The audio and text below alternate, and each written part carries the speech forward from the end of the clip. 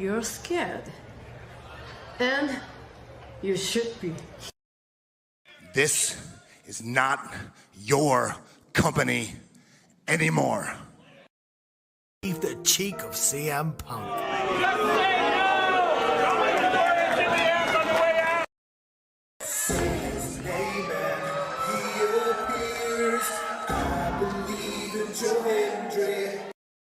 Out, combo move. This is what they've been doing. Hey, McAfee. Everyone shut the up and sit down! We got a mom in the front row who taught her daughter how to suck dick. I'm Mina Shirakawa. I used to be a model. I want to put on a big show. And that's the bottom line, because Stone Cold said so. What is going on, everybody? Welcome once again to the Saturday Shenanigans, hosted by yours truly, the Renegade JJ Williams. Hi guys. CM Punk drama bullshit to the side. I still consider Hangman the worst AEW champion they've had. First of all, we're going to bring in Walter Cruz. I said that as a joke when what's his name did his promo Monday. He said, "I'm from a prestige university." I said he majored in Steiner Man. We've got the Heeb man, James Hebert, in the house. I do really cool and dumb things on the internet. Right. A lot of shit going on here. A lot of fucking crazy ass shit.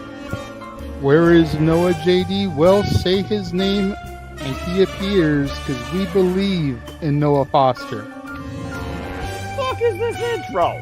It is one of those things where as fans we do have these desires for what we want to see, but sometimes you can't always get what you want, and there are reasons you truly don't get what you want. I wouldn't even listen to this in Grand Theft Auto San Andreas. What the fuck is this shit? God, rap is whack. Like I said, never been a greater time to be a wrestling fan, and with more companies in a more lucrative spot, in a more comfortable business spot, in a sense of mind, it seems, than ever. Again, WWE is not the only one. It is not the end-all, be-all. So let's go back to the Renegade Wrestling JJ Williams to get the official word. JJ, speak! Make sure you tune in every week, because you never know who's going to drop in to join the shenanigans. Catboy is in the house. Hello, my internet family. I say if you want to make them as evil as possible, make them really mad. We have Mansfield joining the party now. What is going on, Josh?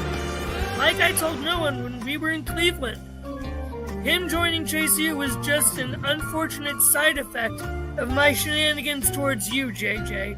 I know how it can get better, Noah. The panel chooses you. Shut the fuck up, Josh. You said that so like. We got the intro back. Yeah, I was gonna say. Just like how you and I had lunch together the other week. That was different. Ladies and gentlemen, the King is here. Say his name and he appears. We believe in King A-Train. There are so many believers in Joe Hendry. The only person on this panel that doesn't believe in Joe Hendry is King A-Train.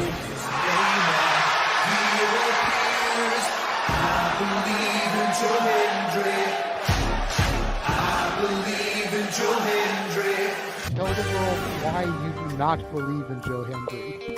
The reason I do not believe Joe Hendry is he is Fandango 2.0 in a entrance merchant. I rest my case, Your Honor. Hey! There's nothing wrong with being an entrance merchant. He has some of the best entrances of all time. Teleporting into the command center, all the way from Angel Grove High, Datilla. Oh, yeah. I went to the command center on Thursday. I went to Vasquez Rocks, which is where they filmed a lot of episodes. Somebody actually climbed to the very top of those rocks. I made it halfway. I was like, I'm not going up there. Definitely Toni Storm versus Mariah May. That's the one match I probably am looking forward to the most. I really like the story. I'm familiar with all about Eve, so if it plays out that way, I kind of know how this is gonna go. Say goodnight, Datilla. Good night. James, you did say his name. So he shall appear, ladies and gentlemen, the first time on the Shenanigans. Jeff Meacham is in the motherfucking house. All right, we're coming in hard with the botch. All right, fucking hell. It's good to be back. It's good to have an opportunity to talk to the crowd on a Saturday. If you want to have yourself stomach through it, you can go back and watch when the Main Event Mafia took over Impact. That's what James is talking about. So if everybody just joined us, we're talking about people sedating people, attempted murder, boys, and tips. Welcome to Saturday Shenanigans, everybody. Aren't you glad I'm back? Welcome back, Jeff. Cool. It never fails. Every time I'm on a break, they draw me back in for a couple of godforsaken minutes. The sooner that I'm back in bed, the better, as I'm on my mental break. But whatever. Good evening, everybody, and welcome back once again to the weekly moderated conversation of wrestling madness. That is the Saturday Shenanigans. I am your simple introduction for the time being, who's supposed to be in bed on his mental break, but doing this for a friend, because that's what I do. The Superman Noah Foster. Good to see you all once again on our Saturday night. Hope everyone's doing all right. We've been covering all the wrestling and all the sports. Hope everyone's enjoyed. And again, please like, share, subscribe, comment, tell a friend. Good to see you all briefly for this time being during my mental reprieve. Nathan, Safet, Ray J, Darren G, and Matt. It's good to see everybody. Good to see everyone to continue to support. Good to see everybody watching along. And good to see everybody engaging, of course, with all the wrestling. All right, now let's go ahead and get the clown posse into the fray. First and foremost, we'll talk about the hardest working, most reliable duo that I know in the Super Reliable Studios. Starting first and foremost with she's yours, she's mine, she's our Canadian friend, Ash. Hello, Ash. How are you this fine evening? Hello, I'm good. Good deal. Good deal. All right. Nice, short, brief, and simple. Good to see you. Hope everything's going well with you and your family as well. All right, let's go ahead and get the rest of the folks in here real quick. The sooner I do this, the sooner I go back to bed. First and foremost, he's probably more tired than me, and justifiably so. If you haven't subscribed yet, what are you doing? Subscribe to, like I said, Bad for Wrestling, but definitely the Rage of Wrestling when it comes to Mr. Reliable himself, Walter Cruz, and of course, Ash and Walter got done covering the shenanigans that was Halloween Havoc from hashtag Not My NXT. Walter Cruz, hello, my friend. Been a moment. Good to see you, even if it's for a brief moment. How are you? I'm doing okay. Tired. Been streaming since, 11 this morning? Haven't messed with streaming, YouTube, social media, or anything like that. Freaking reviewing the brief predictions post morning with Gino. I've been enjoying my reprieve, but here I am. Somehow you folks drew me back in for a moment. But it's good to know, and again, appreciate your dedication, and I hope you and Ash did a great call, and I'm sure you all will have plenty to talk about with that. And we'll get to that conversation when we get there. But let's go ahead and get the rest of the clown posse in here first. Coming up next, the other half of the Canadian Connection. Don't know what his order is for tonight. My stupidity level is at 0. You know who you are, but I appreciate him anyway. He's going to have it his way regardless. It's Nicholas Ferrante's Avatar Man. Nick, how are you? Hey, buddy. No shenanigans tonight. I'm with you, buddy. I'm on that tired streak. Good deal. All right. Well, good to know. There's something nice, brief, and simple. If nothing else, Tim Hortons will also help you chill, just like Tokyo Live Lo-Fi did for me. All right. Well, appreciate you always. And again, good to hear you. And following that is the guy that's sure to be a clown one way or another because he doesn't know how to stop botching or stop being production producer when he doesn't have to be. He does really cool, dumb things on the internet. And right now, he's also Avatar Man, which is kind of interesting. James Ebert. James, how are you? I am good, sir. I have to be on Avatar Man. It's funny because I had called the GCW show last night, and right after the show, apparently got a noise complaint. So I'm trying to just offer her reprieve after, I guess she was battling a migraine, my neighbor. I didn't even know that because typically she doesn't mind me, screaming my head off until 11. Doing the Saturday show, she was aware of that prior, but I know about migraines. I had one literally during the Weird Al karaoke night, so I know those things suck. So yeah, I'm trying to make up for it by not being so loud. So if I'm more quiet than usual, that is why. I am basically trying to make up for it tonight by not being so loud. Hence why I am on my phone. Oh, okay. Well, I definitely can respect that. I always talk about protect your mentality, and migraines is part of that conversation. Channel your inner Bob Ross if you have to. Your ASMR friend like Mistress Audio. Hope she's doing well. But it's good to hear you, and it's been a moment. I hope that everything is well, not only for that person, but for you and your family. And for Thank you, now, brother. certainly last but not least, I'm sure you will approve all these simple introductions and these simple mantras that I live by. The man that doesn't necessarily cover all the wrestling, but gets the stats of WWE anytime I request of it. But he also keeps you in tune with all the sports. Let's go ahead and welcome into Saturday Shenanigans after a wild time. Step Boy Mike. Step Boy, Hello. how are you? Been a moment. Wow. Just popping in for a quick second here as a promise that I made, and I'm going to keep my word like I always do. Wow, we just got done with Game 2 of the World Series. Toronto versus LA. The series is now tied at 1 apiece. Game 3, of course, is Monday night.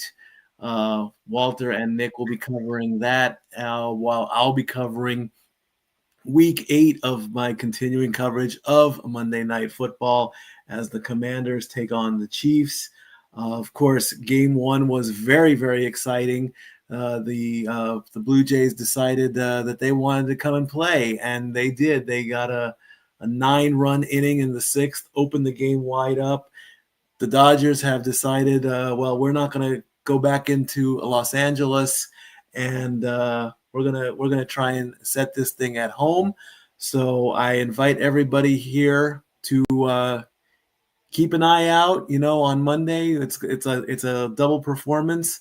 Pop in whenever you guys can. If you want to pop on the show, you're more than welcome to do so. I always invite all my family across all the universes to just pop on in and do it. And then Game 4, that's Tuesday night. I will definitely be back in the sports bar again. And hopefully by Game 5, this might all be over, so I can actually catch up on that infamous thing called sleep, which is what I am going to do actually right now. So I love you guys, family. I just wanted to pop in, say thank you again to Walter and Nick for coming in and calling this along. And hey, the future is wide open. Who knows where this is going to go? I'm going to play it out as long as I possibly can. Have a great show with the Shenanigans. Have a lot of fun. I love you all. And I'll definitely see you all Monday night. So I know it's a quick visit, but I got an early call in the morning. Thanks a lot, family. Step Boy out. Appreciate you, Stat Boy. Keep us in tune as always. You're better, far more reliable, and far more convenient and affordable than ESPN ever will be. Keep up the great I work. appreciate that, my brother. Thank you. And if you want to pop in maybe Game 5 or Game 6 or Game 7, hey, I'm not pushing my luck, but the invite's there. If you want to pop in for like an inning or two, you're more than welcome. Open invite. But I'll definitely see you in about 14 weeks for the Super Bowl. We'll stick to that as that's the one-time special. People expect me to not be covering wrestling, and I actually do find that kind of fun to do. If you have nothing else, yell flag. All right. Got it. Catch you later, guys. All right. God bless you and Dory Lou. Take care. Give her our best regards. You got it. All right. And that is Stat Boy Mike as he GTSs. Okay. Well, first and foremost, again, folks, you know how this part usually goes. Again, you all dictate the conversation via Super Chat or PayPal the Passions as we keep things very simple tonight till JJ takes, of course, over the moderating booth. So why don't we go ahead without further ado, get right into it. Simply put, we're just going to discuss Sorry, sir. wrestling. What's up, Nick? I'm going to step away for 1 second. I will be back. All right. Appreciate it.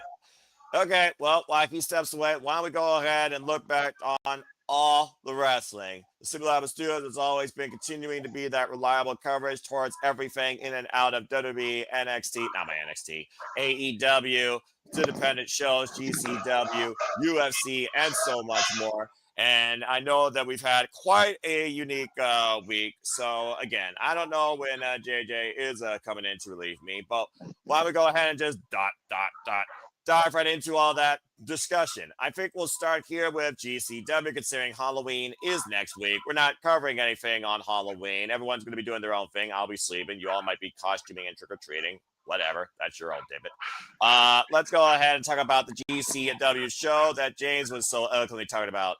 James Ross, you and I believe Ryan covered the GCW show, so please lend us your thoughts on your simple recap. How was it? What did you see? Well, I'll tell you this. It was not as violent. It was actually very gimmicky. And I'll be honest with you. I have my reservations going about the show because of all the gimmick matches that were on the show. But I was pleasantly surprised and pleasantly sports entertained by all of it. We had the first on a pole match in I don't even know how long. And it involved YDNP and High Seas, two tag teams that we've raved about before. They had a really good tag team match before for the GCW tag team titles. And this was on a pole match. It was specifically a pail bucket on a pole match. Unfortunately, halfway through the match, the pail bucket ended up falling. And that was funny. And the crowd pointed it out. And yeah, that was pretty funny. There was a lot of giggles had to the point where Emil J, GCW's ring announcer, I think hoisted it back up to the pole while it was off camera, and the crowd cheered happily. The match was actually surprisingly really, really good, which, I think we've had this debate before about, pole matches can be good if you don't do the wrestling trope of overdoing it. Because I feel like you can apply that with everything, and we all know Vince Russo massively overdid the pole matches. But it's been a long time, and it was actually a really good one. And I mean, considering the talent involved, it wasn't surprised. I'm just kind of going over highlights of things that stuck out of my brain, not necessarily the entire show, because there was a lot that happened, right? But here's things that and also I'm not near my computer, so I don't have Cage match in front of me. But one match that really impressed me, and believe it or not, was my match of the night, was a blindfold match between Cheech and Marcus Mathers. I shit you not, this was so fucking funny. I can't recommend this match enough. I thought it was going to suck ass because of the step, because I don't know if there's ever been a great blindfold match. And because I remember the one infamously with Harris and Storm, and that was garbage beyond belief. I think that may have been the last high profile one that I can fucking remember, unless there's another one someone can name. If only we had Stat Boy. But this was actually really, really great. This was really funny. There was actually some really good wrestling. They actually did they actually had really innovative strategies for the blindfold match that actually made this very entertaining. So there was some good wrestling. There was some funny ass spots. The referee kept getting attacked by the fucking wrestlers because they thought he was the competitor. I shit you not. It was actually really, really funny.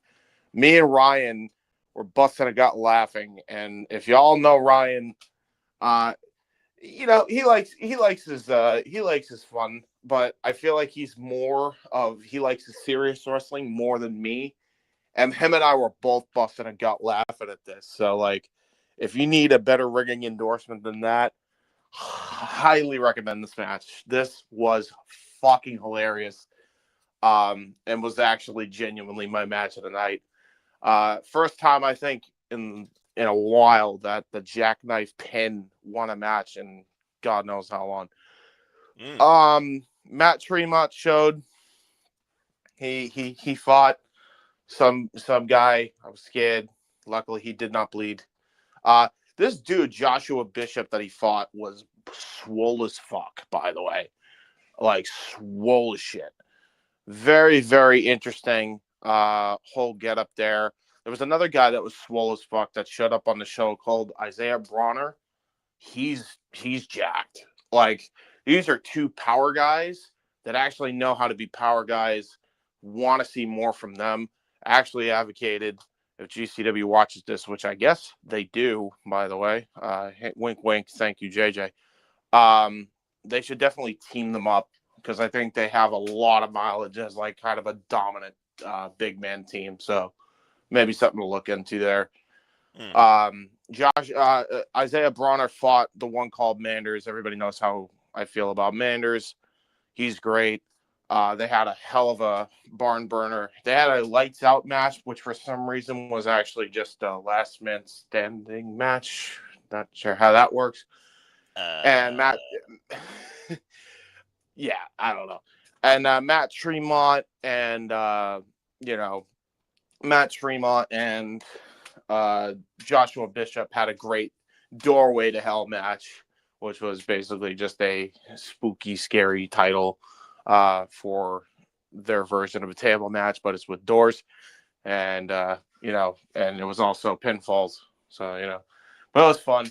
Matt Tremont retains because who the fuck is gonna take that title off him until they find a guy that's more violent than him? Let's be real. And then there was a really good Scareway to Hell match, which was a ladder match. And there was some really good young talent on this. Typically, when GCW have these matches, you look out for the young talent.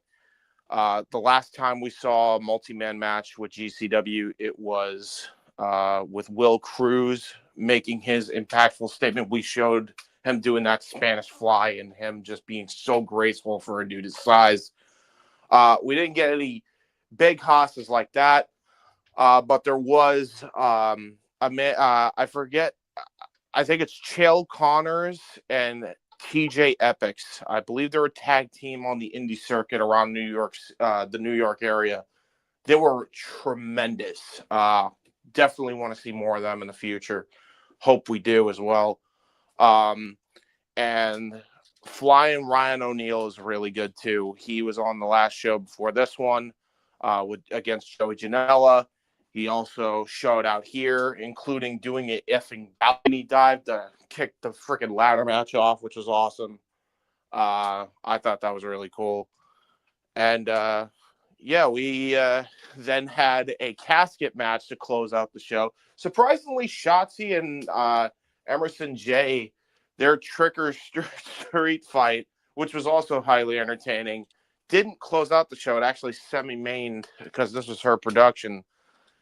The main event was actually Charles Mason versus Atticus Cogar in a casket match where Cruel reared his ugly head and came up from the dead to as he does. Basically put Atticus back in the casket. Slade also helped Charles Mason. So this feud apparently is far from over between Vandal 48 and the Serial Killers. I'm curious to see how that goes as we go forward. But overall, very entertaining show. I was very sports entertained. I give it 2 gorilla thumbs up.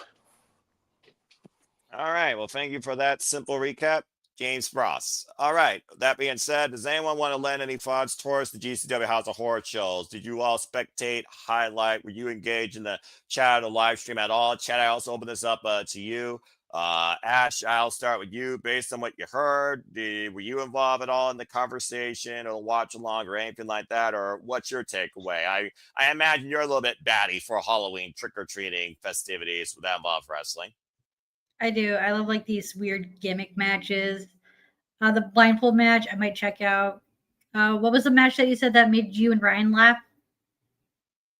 The match that made me and Ryan laugh was the blindfold match between Cheech and Marcus Mathers. You got to go watch this. It was I wasn't so funny. I wasn't sure if that was that match or not. No, it was definitely that match. Yeah. Okay. So I'm gonna be real with you guys. I haven't even started my YDMB tag team binge, so I have another match to add to that collection. Yep. They made the pole matches actually work again. Yeah. By the way, if they can have a good pole match and also bring the series to a very good end between the Brothers of Funstruction, which had a couple stinkers with them, but then have a really good closer match with them, I'll tell you right now, they are the best tag team in the United States, no question. I don't know what the voting is right now. Somebody can inform me of that later. I think there is no better team than YDNP right now. I'm not convinced. Like I thought you talked about the they Simply have- Reliable voting. I was about to say I didn't get a chance to vote my tag for the tag team because I forgot to turn on notifications. I haven't been keeping up with messages because life happens. Trust me. Exactly, I've been swamped. I've been swamped with work for God knows how long. Everybody knows. Like I've trying to make everything work while still doing this stuff. So like I totally hear what you're saying. It's valid. But I hope that the fans are wise and are voting for them to be tag team of the year because they fucking should be. I don't think there's Sure, it wouldn't surprise me though. That conversation, James. That one person that's going to agree with you in that vote is the guy that literally spearheaded us moderating the polls for those to begin with. Leader, founder, creator of the Super Reliable Studios, the commissioner, in my opinion, of that, and the true host of Moderated Saturday Shenanigans. I bid you all fine to continue my mental reprieve. The Renegade Wrestling JJ Williams has returned back to where he belongs in this spot on the screen. JJ, good to see you for a moment. How was the show, bruv, and how are you? Can everybody hear me okay? Yes. Good. Indeed. Show was fun, dude. Like legit. I had a blast at this show. Good. Front row.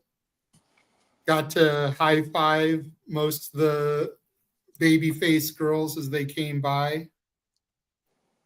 Only person cheering for a certain champion / heel, but that's to be expected, you know. Trying to get a La Princesa chant started. That's right. And Not exactly the easiest thing to do. A lot of syllables. Yeah, it was a blast. I got down there early. I hung around. I talked to the owner, promoter of FWW. Cool dude, Manuel. And then I got to talk to and meet quite a few of the girls. I got a picture with Jordan Blue. I got to meet Jasmine Allure. Yes. Lights Out, of course. Ladies Nights Out, title match wrestling champion still. Brooke Havoc. Nice. The evil punk herself, former student of the Nightmare Factory. Been involved in pro wrestling, NOLA. And of course, La Princesa herself. La Princesa. Got to video bomb, almost a glorious bomb, sort of, while Walter was doing Halloween Havoc with Ash there. We crashed him a little bit. I think it was during the tag title match, the Hardys and Dark State. We ended up popping in there at that point. Unfortunately, Tiffany calls me her bad luck Chuck as, spoiler alert, she lost the title tonight. Ooh, so go figure, you know, the night I go to see her wrestle and she loses the belt. To be fair, you've been also like an undoer of wrestling as we know it. Chucky's been bad for NXT, WCW, and apparently La Princesa and FCW. So there you go. And then, how many of you guys remember Glow? I remember Glow. Netflix series, yeah. Yeah. No. The actual Glow from the 80s. Not the I do. I remember. No, it was its own federation back in the day. Is that what it's? I swear that's what it's based off of, right? Yeah, the Netflix series is based off of the legitimate Right. federation that ran in the 80s. Mm-hmm. The Royal Hawaiian was there. Oh, nice. Wow. He looks good. Dressed as Lilo, her associate was dressed as Stitch, and some troglodyte unwashed mash, one of them unwashed masses, thought she was Moana.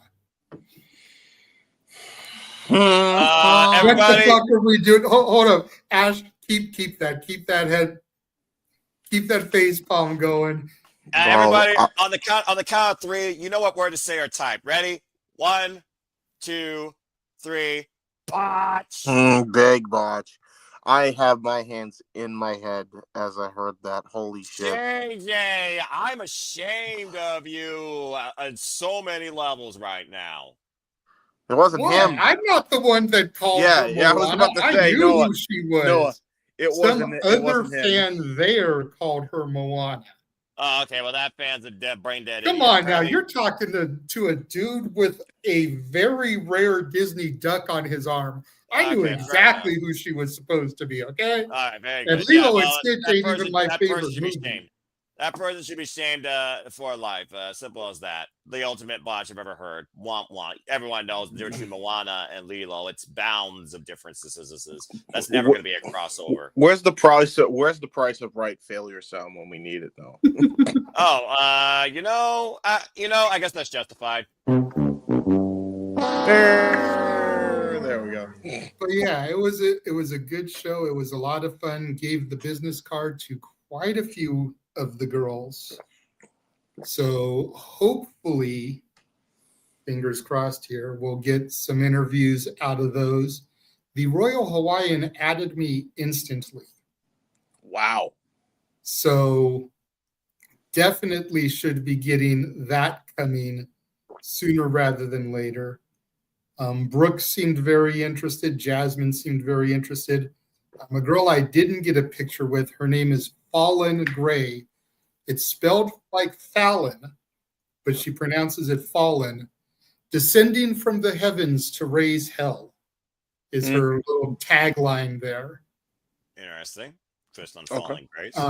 Another one very interested in doing an interview with us when I talked to her after the show. So those of you watching, the 13 viewers watching live, and anyone that may watch on demand later, be on the lookout for those. But it was definitely a joy getting to see La Princesa scoring 8x10s, of course, because she is who she is and she loves us. She gave me one for free. Aww.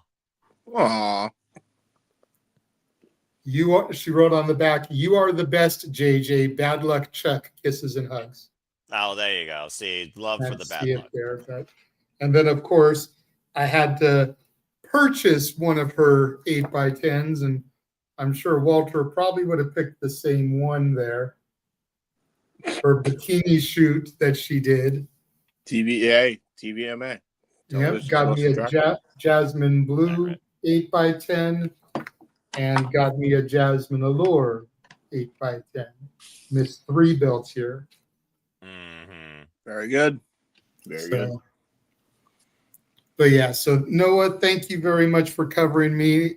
As I told you when I first asked you, didn't know what time I was going to be. I figured this was going to be a 2.5, 3 hour show. You know, bell time was 4:30 for me, 7:30 Eastern. Big easy, a 2-hour show. Then the promoter is like, we have to be out of here by 6 because they have another show booked. And it's like, all right, so you're going to try to cram 7 matches into an hour and a half. Yeah. An hour, 20 minutes because you started 10 minutes late. All right. He did it. He did it. None of the matches suffered. The matches that needed to go long went long. The matches that could go short went short. Yeah. Nice. It was very well put together. I will definitely be going back, whether Tiffany comes down the next time or not. Very Considering good. she's no longer champion, she may not make the next show, although you would assume she has her rematch coming to her. So might get her for one more out here. Walter, make sure that you're available for the next one. Walter. Paging Walter Cruz. Because I made sure, he told me he needed a month's notice for his work, and I made sure he had more than enough notice that he could have asked work for the day off so he could have come down to see her. And he did not come. Probably for the best, because if he had, we would have had no Halloween Havoc coverage. He wouldn't have been able to do UFC. This is true. But he would have been able to see La Princesa live. So, well, I mean, I owe Walter anyway because of my wedding, so I kind of owe him to do a solo anyway, so that way he doesn't have that issue. So, in case UFC does land on that, then I can cover him. Fair enough. Well, thank you, JJ. It sounds like you had great fun. Yeah, happy to, of course, always help a friend whenever I can, especially with this type of moment shenanigans. But like I said, my mental break and reprieve is still far from done. So until the next time I see you Yahoos on this screen, which will probably be some point after the next full week, goodbye and good night. God bless you. God bless professional wrestling. Bang. Yes. Thank you very much, good sir. And then there were 4. I do have to ask, JJ, before you continue on. I know you did watch the GCW after the event. Yes. Yes. Or the night prior. Was that blindfold match not the best match of the night or what? Dude, that shit was entertaining as fuck. I'm telling you. And Ryan agrees, by the way. And you know how hard people how are hard sleeping of a on he Marcus is. Mathers. People need to wake seriously. the fuck up when it comes to Marcus Mathers because that shit was entertaining as fuck. Can we talk about the fact that this dude was training for the blindfold match by driving blindfolded in a parking lot like a fucking wild motherfucker? Like, what the fuck? Like, it wasn't like he was driving far, but like, what are you doing? It's not how you do this. The whole show, top to bottom, was sports entertaining. Oh, yeah. Yeah. I get some of the crash out moments that y'all had. But at the same time, it's like, it's GCW and it's Halloween. Let's just let it go. Yeah, I know. But listen. Like the lights out match. Lights out match. The lights out match. Clearly, I picked it up pretty quickly in the match. With 2 hosses like that, it was who was going to knock the other's lights out. But I mean, Jesus Christ, like. But they could have done a better job clarifying it. You gotta specify it, man. Fair enough. Like, hey, listen, the finish was sick. I'll give him that. Manders looked like a world beater. But yeah, just be more specific next time. Thank you. That's all I ask. But yeah, the GCW show was fun as hell, as the GCW shows are. I'm looking forward to Highest in the Room for December 6th, which the promo graphic has ladders. So if I get to see a ladder match up close and in person after just seeing a cage match at the UCC, I'm going to be a happy renegade. Yeah, and honestly, their last ladder match that happened on this show slapped, by the way. Yeah, it was good. Really, again, really good. Confusing as far as what the fuck was on the line, because when I saw a ladder match and I saw the people involved, I was like, but it's not for a title. Yeah, it's for like a Money in the Bank briefcase, and then they said it was for the Nick Gage Invitational. Okay, so it is for the Nick Gage Invitational then. Yeah, whoever got the win and grabbed that pendant is getting entered into the Nick Gage Invitational. Got it. Okay, because I thought it was just because they're a part of the MDK gang, which is what I thought I heard. I was confused as fuck. I don't know. That's what I picked up, but I wasn't really paying attention to their commentary. I was more listening to you and Ryan. So, well, we botched that, so my bad. But now I'm glad we know that is for the Nick Gage Invitational. So that means Ryan O'Neal, I think, was the one who won it. Yes, Flying Ryan. Yeah, so he'll be in the Nick Gage Invitational, which is gonna be interesting because I think I've never seen him as a deathmatch guy. He's very much a lightweight, junior type of wrestler, But so is Mr. Danger, and look at him. So this is very true. So that I know Stat Boy did his thing, and then you did the GCW thing. I just recapped my thing. Is that all that I've missed so far? That is literally it. I think so, yeah. I will run the trailer real quick, go to commercial. When we come back, Walter will start talking about the UFC fights that he called today. Yes, sir. And then we'll start talking a little bit Halloween Havoc. So we will be right back. And now for a taste of things to come.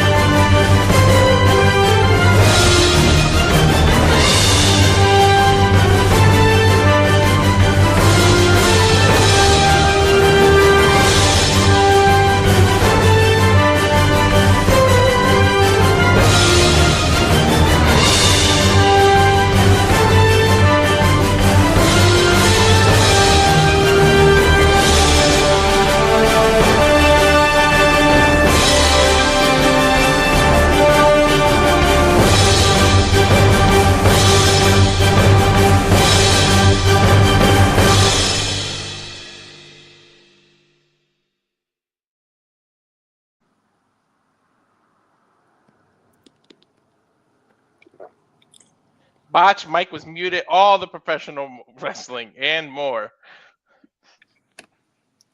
Yeah, So, all right. So yeah, of course, UFC 321, the most disappointing ending you can ever have, but I'll get to it. We started off with what could possibly be two heavyweight contenders. You had the Russian Alexander Volkov. He fought Delton Almeida, who's from Brazil. Mm-hmm. All right. Basically, this man wrestled. Volkov could not handle Almeida's wrestling. He took him down about 17 times, every single round. While Volkov did some stuff standing and he fought from underneath, somehow the judges gave a split decision to Alexander Volkov. I wish that there's ways to repeat. You guys got to see it. There's no fucking way in hell that Volkov should have won this fight. I have no idea what the hell the judges were smoking, but it damn sure wasn't from Cal Fire Farms. But I don't know why they gave this fight to Volkov. Like 2 seconds. I'm telling you, the bell rang, right? They touched gloves, takedown. Almeida was not letting this guy stand up and get swung. This guy was so cock-dieseled that every little punch he throws would knock anybody out. Almeida was taking no chances. And there was a point where the referee stood them up because they kind of were boring fighting on the ground, right? They stand up, and as soon as the referee separated them, takedown. This guy was not risking getting hit by this big-ass Russian dude. And, there's no way he should have lost that fight. I don't know what the hell they were watching. Let me just say this was one of the decisions I saw all over Twitter. This was fucking stupid. Holy shit. This made no sense. I'm so with you. Can I ask where was the Abu Dhabi? Abu Dhabi? Are they just as bad as officiating and judging as they are in fucking Vegas? Walk on. I have no idea. So dumb, bro. Volkov never should have won this fight. That was a crime against the other fighter. He was getting outmaneuvered the entire fight, and somehow they rewarded it to him. I swear these people have blinders on sometimes when officiating fights. It's so fucking dumb. I'm laughing because Safet just wanted to knock out so bad, and he just couldn't get it. He was just like, please, knock out, nothing. Just absolutely nothing. Then we went to the bantamweights, which is the 135. So Umar Nurmagomedov versus Mario Bautista. Bautista fought his ass off, man, but he just kept getting into Nurmagomedov's grasp. The wrestling is what took it. There was really no hurt, no nothing. Nurmagomedov pretty much dominated every round. Now, that's not to say, Did Batista come out with a fight crew, or did he walk alone? Oh my god! I was gonna make that joke. I was also gonna say, did he do the explodey pyro when he was coming out, or No. But yeah, man. But it was. Don't a give good me fight. that, Dash. That was a great joke. But Bautista was he was doing his thing. He just couldn't get off to a good start. He kept getting up though. He would get Nurmagomedov off of him, but then it was just he just couldn't get rid of it. It was just too hard. Then you had the two women fight for the 115-pound strawweight division. Mackenzie won. This was close. Now, this could have went either way, in my opinion, but they gave all 5 rounds to Mackenzie. Again, I don't know what they were smoking because I said Mackenzie won the first round. The second definitely should have went to Verna. The third, kind of questionable. You can go either way. The fourth should have been Verna's. And then the fifth, Mackenzie kind of stole at the end because she took her down. So, I don't get why it was all 3 judges gave all 5. No, they gave 4 rounds to 1. I have no idea why. So basically, what you're saying is Kokata's scammers are what's running MMA bouts, just like the Mafia ran MMA and boxing for so long. Yep. Oh, I skipped the first fight because I didn't know these two. But Asmat Mirzakhanov was a Russian that was undefeated, a wrestler type. He fought Alexander Rakic. It was good back and forth. And then out of nowhere, I looked down at my keyboard to type something, look back up, knockout. That was the one Safet was like, holy shit. A left hook out of nowhere in the first round, punched, Alexander went, night. That was a lights out. Oh, god damn it. I forgot to switch that. Hebert. I'm on that. I forgot. I'll switch that out at some point. Bullshit, Oops. man. Just keep it up. It's whatever. Everybody knows It's my okay. user. And then Cyril Gahn, heavyweight, versus Tom Aspinall. First round, back and forth, going at it. And then with about 25 seconds left, Cyril Gahn backs up with an open hand like this, where they keep telling you don't defend like this because it keeps happening. Tom got both fingers knuckle deep in Tom Aspinall's eyes. They gave him about 6 to 7 minutes to recover. Tom kept saying, I can't see. Doctor checked him out, and it was a no contest. And that's how the fucking fight ends, with a no contest, with Aspinall getting booed. I don't know why they booed him. It's not his fault he got an eye poke, but dude, like every time you see the replay, literally both fingers go into both eyes, but for some reason his left eye, he couldn't open it. He couldn't see anymore. Knuckle deep. Like when I say knuckle deep, it was like this. So like, in my opinion, they have got to rematch that immediately in December. When you officiate a fight card, you have to be so goddamn accurate and precise with everything you do. You and I know this, Walter, because we called a lot of shady ones in the past. Yep. All right. So I have to stress this point. It's not that they were booing Aspinall specifically for having the eye poke or whatever. Obviously that wasn't his fault. It's the fact that they are booing because this motherfucker gets eye poked. Then the fight stops after how many minutes you said? There was 25 seconds left, so the match only lasted 4 minutes and 40 seconds, and they gave him 7 minutes. They gave him 7 minutes to recover. The fight can actually end seconds before it actually can end. So it's an inconclusive fucking finish on what should have been a conclusive finish. You couldn't do a conclusive finish because he just got poked in the eye and it probably swelled up. And that's after a bunch of shoddy officiating throughout the entire fucking card. And that's what got them to boo. That's exactly why. You can't, especially when you're going overseas to a country you have never been before, you can't fuck around with the officiating. You can't. Like, it's bad enough when you do it like in the States, period, right? Like people get up in arms and shit, and some people take shit way too fucking far. Hello, riots anytime there's like any Canadian team in hockey loses a fucking game. Hello, Bottlegate 2000 when the Cleveland Browns were robbed of getting into the playoffs. Shit like that. So when you're taking a combat sport overseas and you shoddily officiate this type of shit, like they did throughout the entire card, and then on top of that, the main event ends in a no contest after minutes of them waiting for the fight to restart because of a fucking eye poke. Man, you're talking about a recipe for fucking disaster.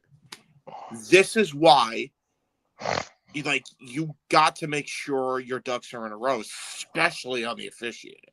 Because I guarantee you, if it was just this eye poke, nobody would have batted an eye. They would have been disappointed, but it wouldn't have been nearly as bad as as it became.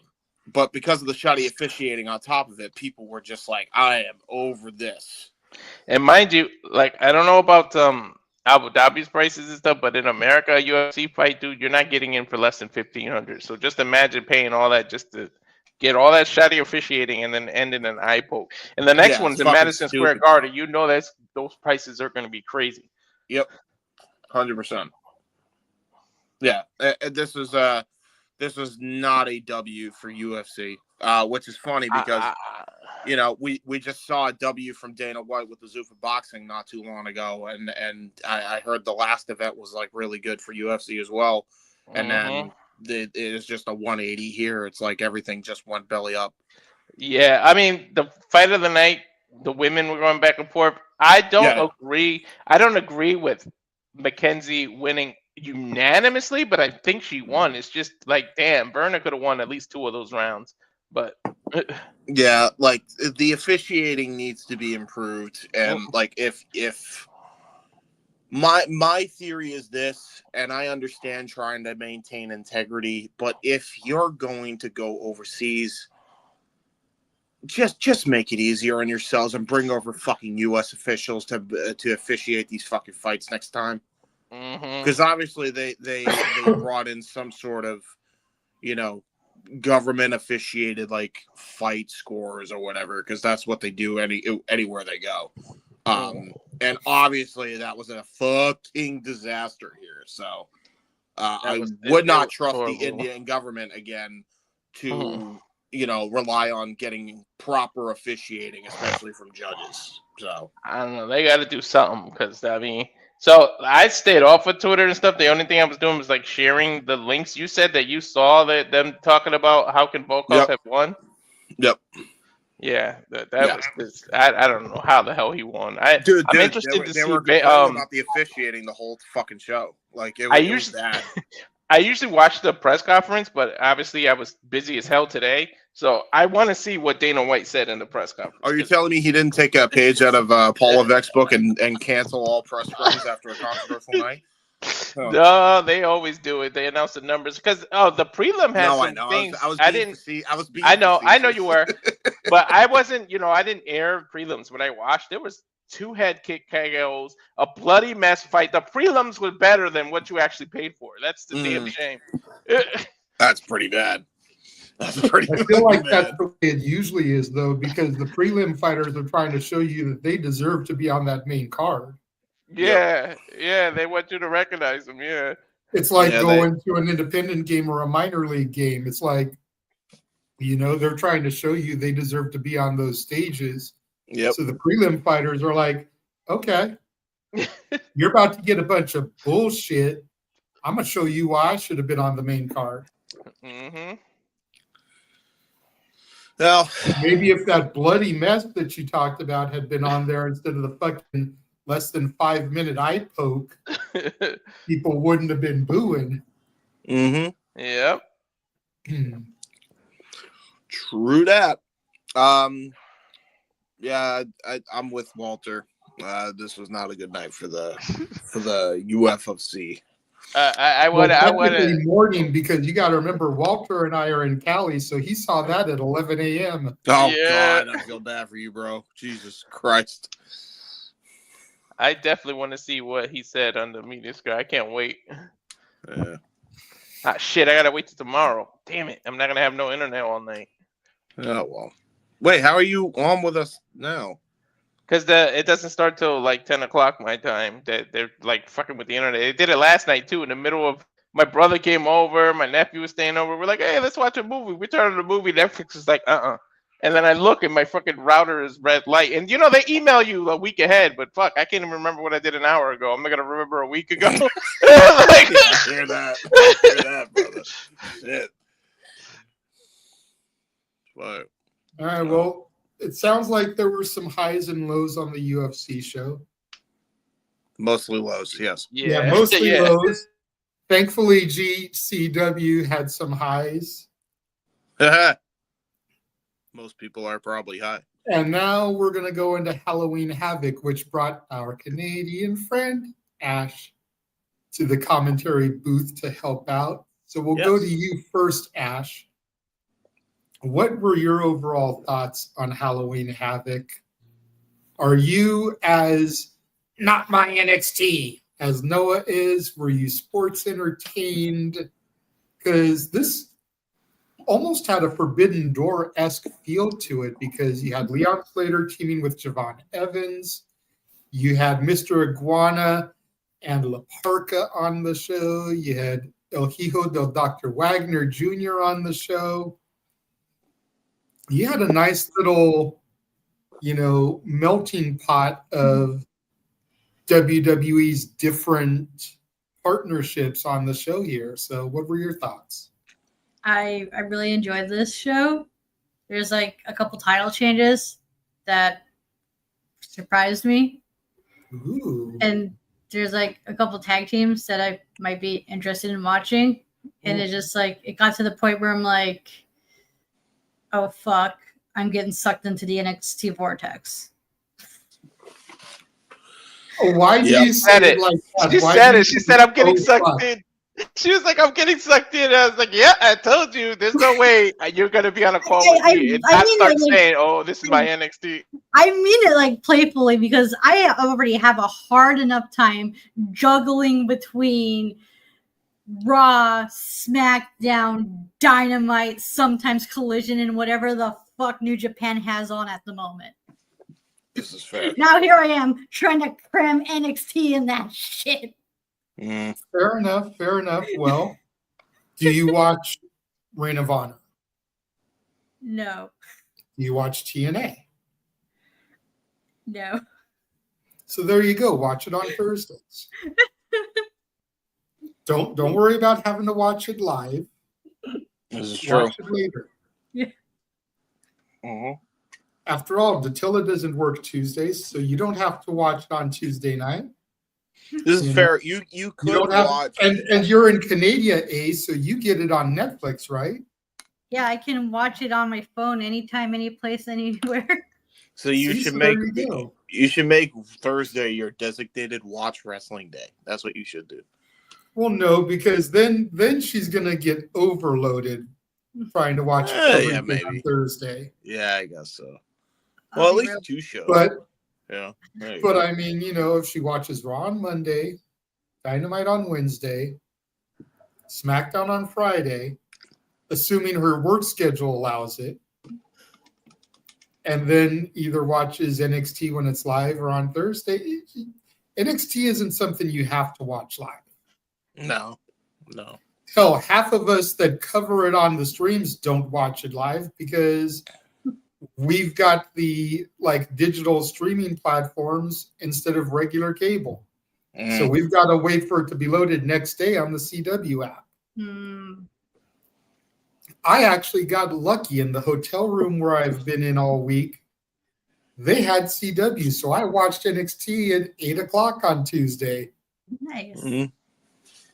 First Double time thumbs up. since April, I think I actually got to watch NXT at 8 o'clock on Tuesday night.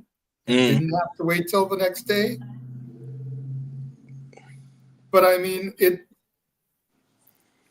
I don't get what people find so bad about modern NXT.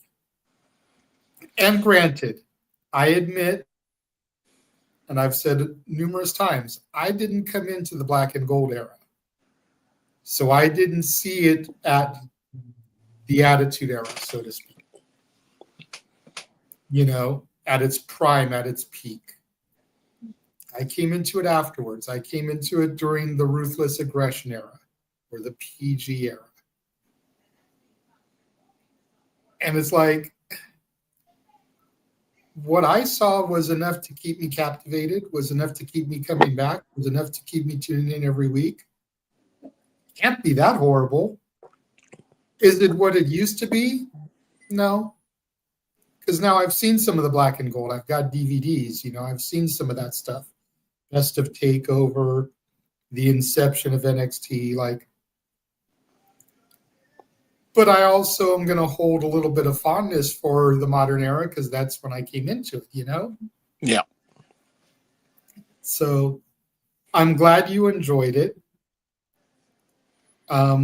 Walter, he just took his earpiece off.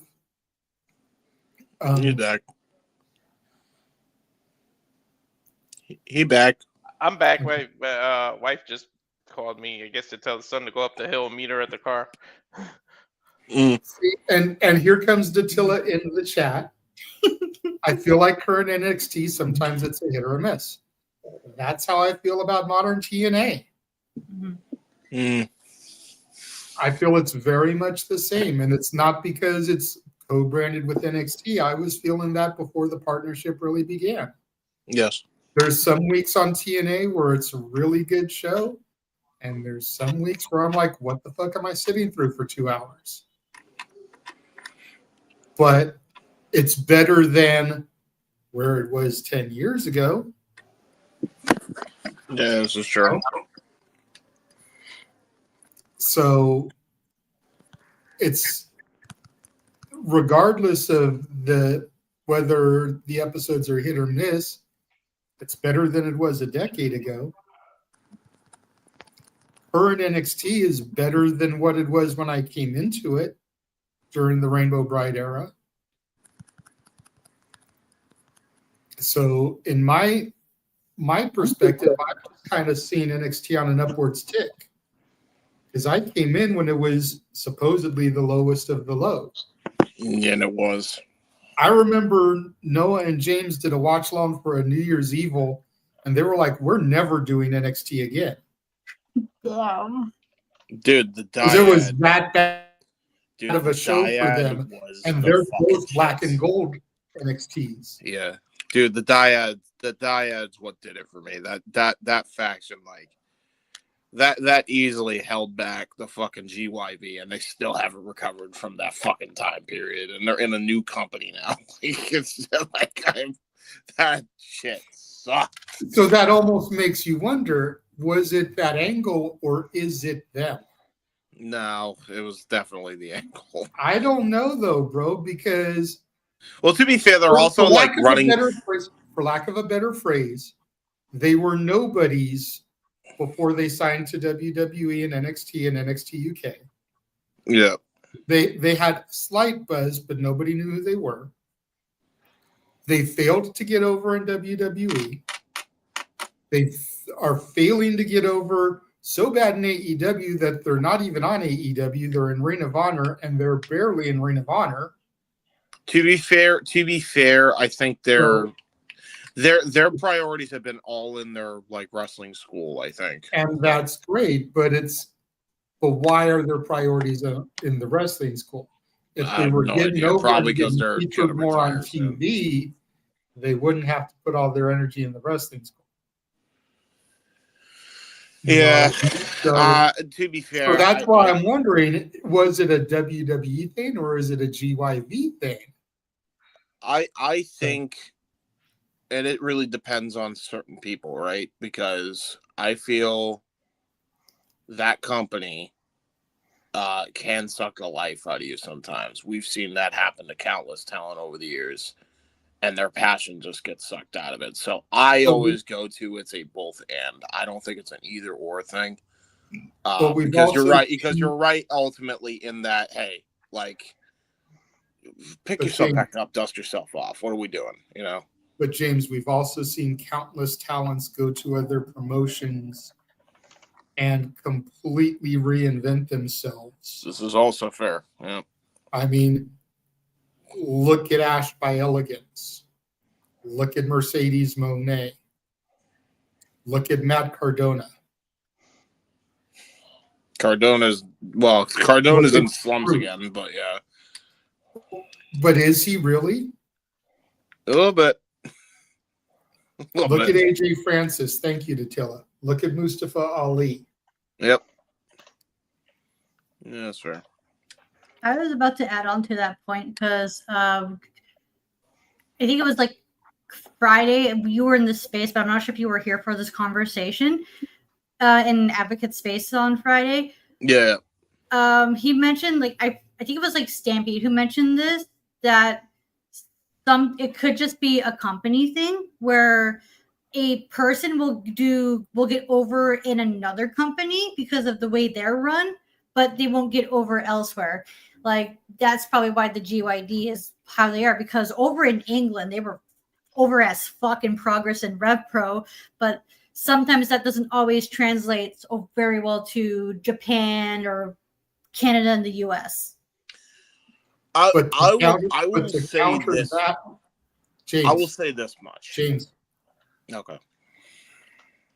But to counterpoint that, AEW runs a bunch of different styles.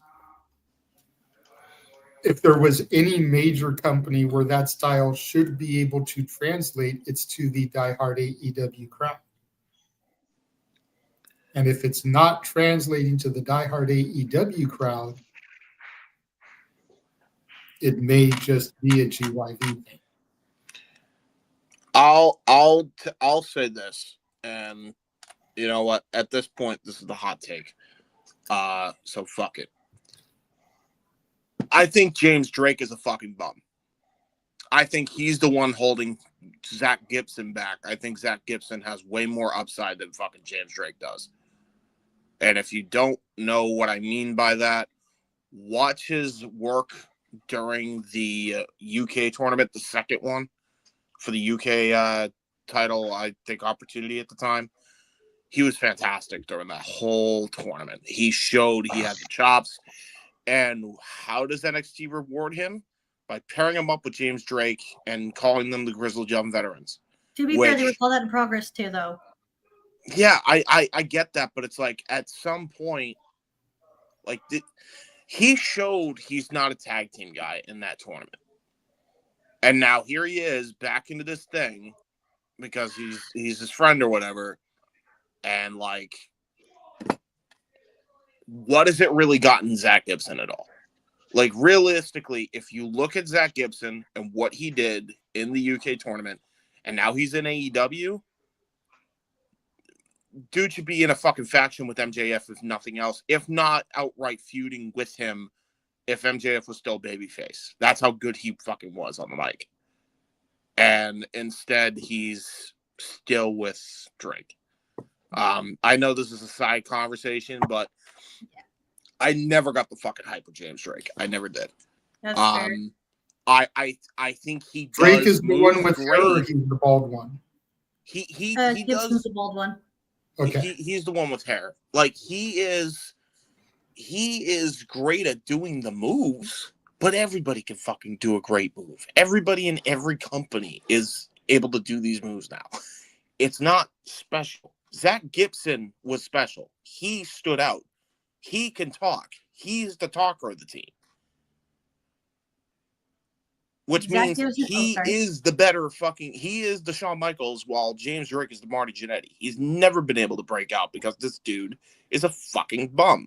I'm sorry. That's just the truth. I think it's James Drake's fault.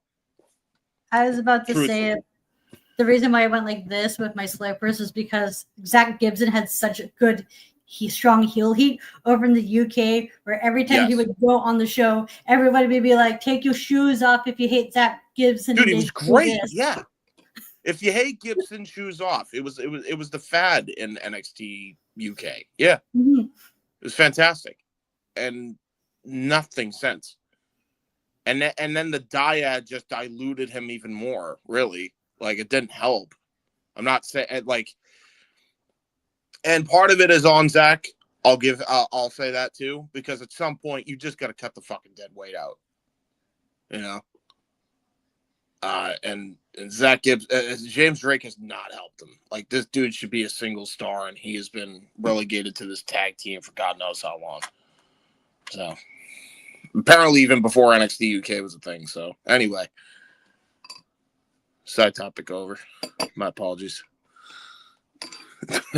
Side topics are fine as long as they, are at least it pertains to narrative. NXT.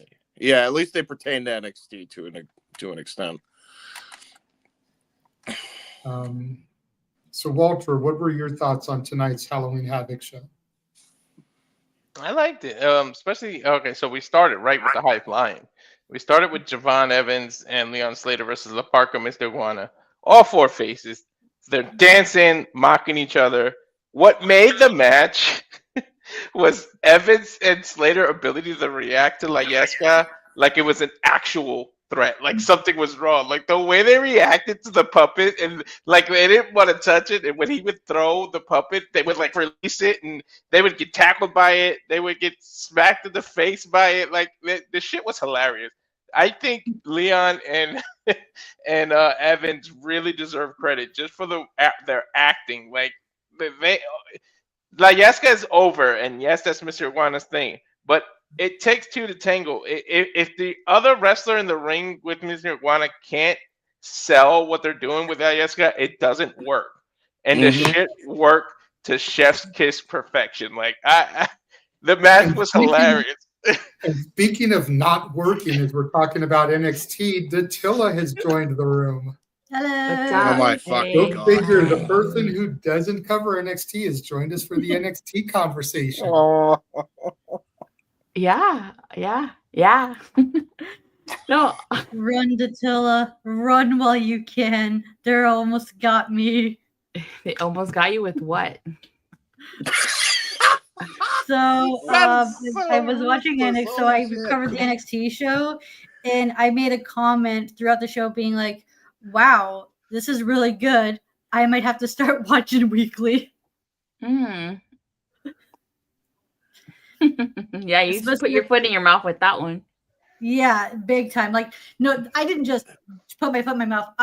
This is what I did. I placed the landmine, forgot where I put it, stepped on it while also shooting myself in the foot with the bazooka at the same time. Yeah. It's No not one's that influence. bad, ladies. It's entertaining, okay? I got her hooked on it. I mean, the way they set it up, that was the beautiful match, though. But then, I was about to say, to be fair to Datilla and Ash, though, you guys have even admitted this in the past that NXT weekly shows do kind of hit or miss. They do. And I think just for the saying. most part they hit pretty good. I'm not as, anti the weekly shows as Datilla. Oh. he said he's not so anti the week as Datilla is. I'm not either. I like watching week to week. I just wish I showed it on channels I can see. Yeah, this is fair. But I don't mind seeing it on a Wednesday. It's just a CW app. Man, damn. The controls kind of suck on it. Yeah, I don't have to see there yet. I will say, I did tune in, not live, but I did tune in. I started watching Halloween Havoc because I heard it was a talk of the town. And I will say, I didn't finish watching it. I have to go back and finish watching it. I was actually really enjoying the opening match. Javon Evans and Leon Zeta versus Mr. Iguana and La Parca. I thought was really enjoying that match. So, it actually made me feel like, okay, well, let me see the rest of the show. I'm not sure how I would feel about that Hardy's Dark Slate because I cannot take Dark Slate seriously. I'm sorry. They're a wannabe Retribution / rip-off Shield, in my opinion. So, oh my God, Ashley, tell them what they said on Spaces, what they called Dark State. So I couldn't remember if it was this past Tism or last week. It was in Tism. the Wrestling with Tism. I couldn't remember who said it, but someone called Dark State emo spirit squad. Dude, it was the fucking funniest shit. Yeah, it was definitely Tism. That would have been, I believe that would have been Abel who said that, and Abel was like so spot on. It was unbelievable. Or no, it was Stampede who said it. Then Ryan asked for somebody to Photoshop, and then Abel went to Photoshop. Yeah, Emo Dark State. I couldn't remember. It was great. Yeah, I just shouted out the Twitter Spaces because I couldn't remember who exactly said it, but it just stuck with me, and I laughed so hard. And this, keep in mind, I was trying so hard not to like bust a gut laughing because I was opening shop as that happened. So, why is this girl maniacally laughing in the store? This is right. really weird. Well, I mean, it is Halloween time. They could have just thought she was in character. So true. To be fair, Doors hasn't opened yet, but so I was in the clear, but I was trying to like be like not to laugh like so hard because I didn't want my manager to be like, what's going on, just on the off chance they happened to be in a very important call. Oh, nice. That would not be good luck. This is true. But no, yeah, that was on Tism for sure. That was such a funny moment. Yeah, I could remember if it was this Monday or last Monday. So I shout out the space and I couldn't say who it was. So I just like, yeah, this is what happened. Yeah, it was something, of course, Dylan brought up. I don't know why it was brought up, but then we just completely something. Oh God, fucking damn it! Not tonight. No, come on. I can't even be loud to disapproved this. But no, That's turned it into a hashtag now. But yeah, no, emo Spirit Squad for sure is absolutely accurate because oh my god, they are so unthreatening. Literally, the only breakout star in that whole thing is the former Lucky Ali. That's the only one that means a fuck in this stable. Maybe Trick, and Trick never should have even been a part of this to begin with. So, who? Trick isn't a part of it. What do you mean, Trick? I thought he led it. No, or is he not leading? No, that was my conspiracy theory. Yeah. Oh, okay. Well, I just realized you have my. Thank God he didn't. Thank God he didn't, because that would have been like Mustafa Ali leading Retribution. Actually, you know what? Mustafa Ali did lead Retribution after it failed for like months. So you know what? Maybe let me not put my foot in my mouth too early here. I think Deion Lennox is the breakout because dude, it revitalized his career. Because who the hell was he before? Like he was just a dude with glasses who was nerdy that couldn't get any of the girls backstage. That was nervous to talk to any of the girls backstage. JJ, you know how that pretty much was his character. He was just like a nerd with glasses. I was like, who is this dude?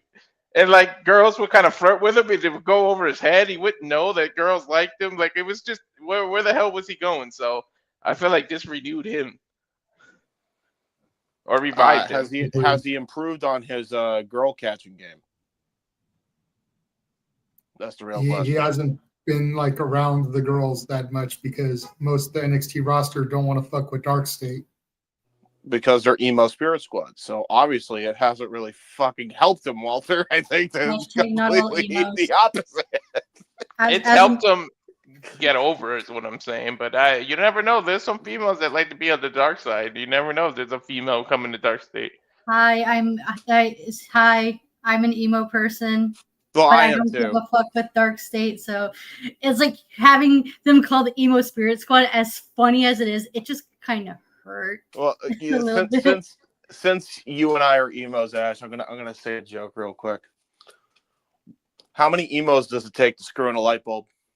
None. They're too busy cutting themselves in the corner. Yeah, and they sit in the dark and cry. Yeah, see, you get it. Anyways, Walter, continue. We have fucking dark sense of humor. No. I don't mind it, but if James is going to keep interjecting, not to sound rude, kind of need him to come on camera because he needs to be able to raise his hand, let us know he wants to speak. Yeah. I'll shut up now. Because he keeps jumping in over people, and then the conversation goes 5 degrees south.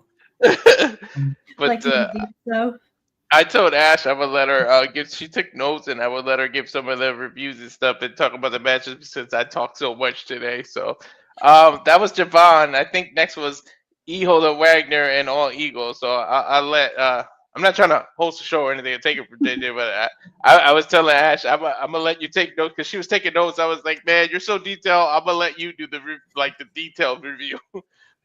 This was a fun match. I can't express how much I love that North American title, how beautiful it is, the colors, everything about it. I wonder why. For real. Taking Canadian championship over here, taking Lance Storm and WCW to the next level. This was such a good match. It's like some of the chair spots they used were so innovative. I've never seen them before. I wasn't sure what to expect going into this match, but I had a fun time watching it because I love these plundered garbage matches as other people in our friend group. Wasn't this a Dia de los Muertos match? Yes. Yeah, which pretty much just meant no rules. That's you all mean the Dia de los Muertos were. It was just no rules. That's all it really meant. And it was like a weird. The only thing that kind of took me out of it, I don't know if it did it for you, Ash, was the stupid lighting.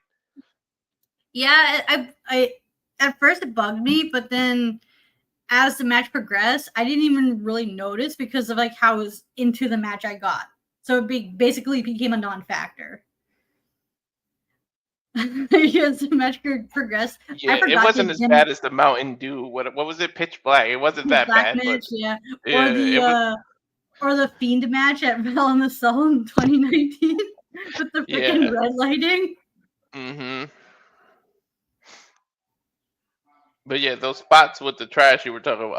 Oh, what did he do with the lid? The code breaker with the lid. Then he did the Eagle's edge onto the trash can, and then you got to the disrespectful part. He literally ripped El Hijo de his mask, and it showed. Lucky he, of course, had the makeup on to cover his eyes and face, but they wrestled the entire rest of the match with his mask half off, and you can actually kind of see who he was. To be honest, the makeup didn't do that well, but I mean, it pissed him off. He hulked up after getting the mask ripped off, and he went sick on Ethan. Like that part was like, it kind of.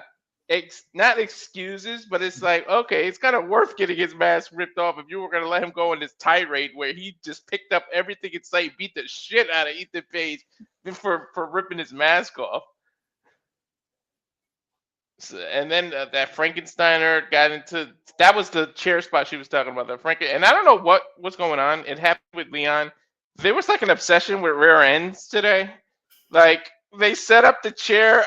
They bend him over, set up the chair on his rear end, and did a missile drop kick to his butt. Like, and they did the same thing to Javon Evans. I was like, yo, what's up with the obsession with the gluteus maximus today? I guess that's the closest thing in a human body to a pumpkin. I don't know what they were doing or what they were going for. I mean, to each their own.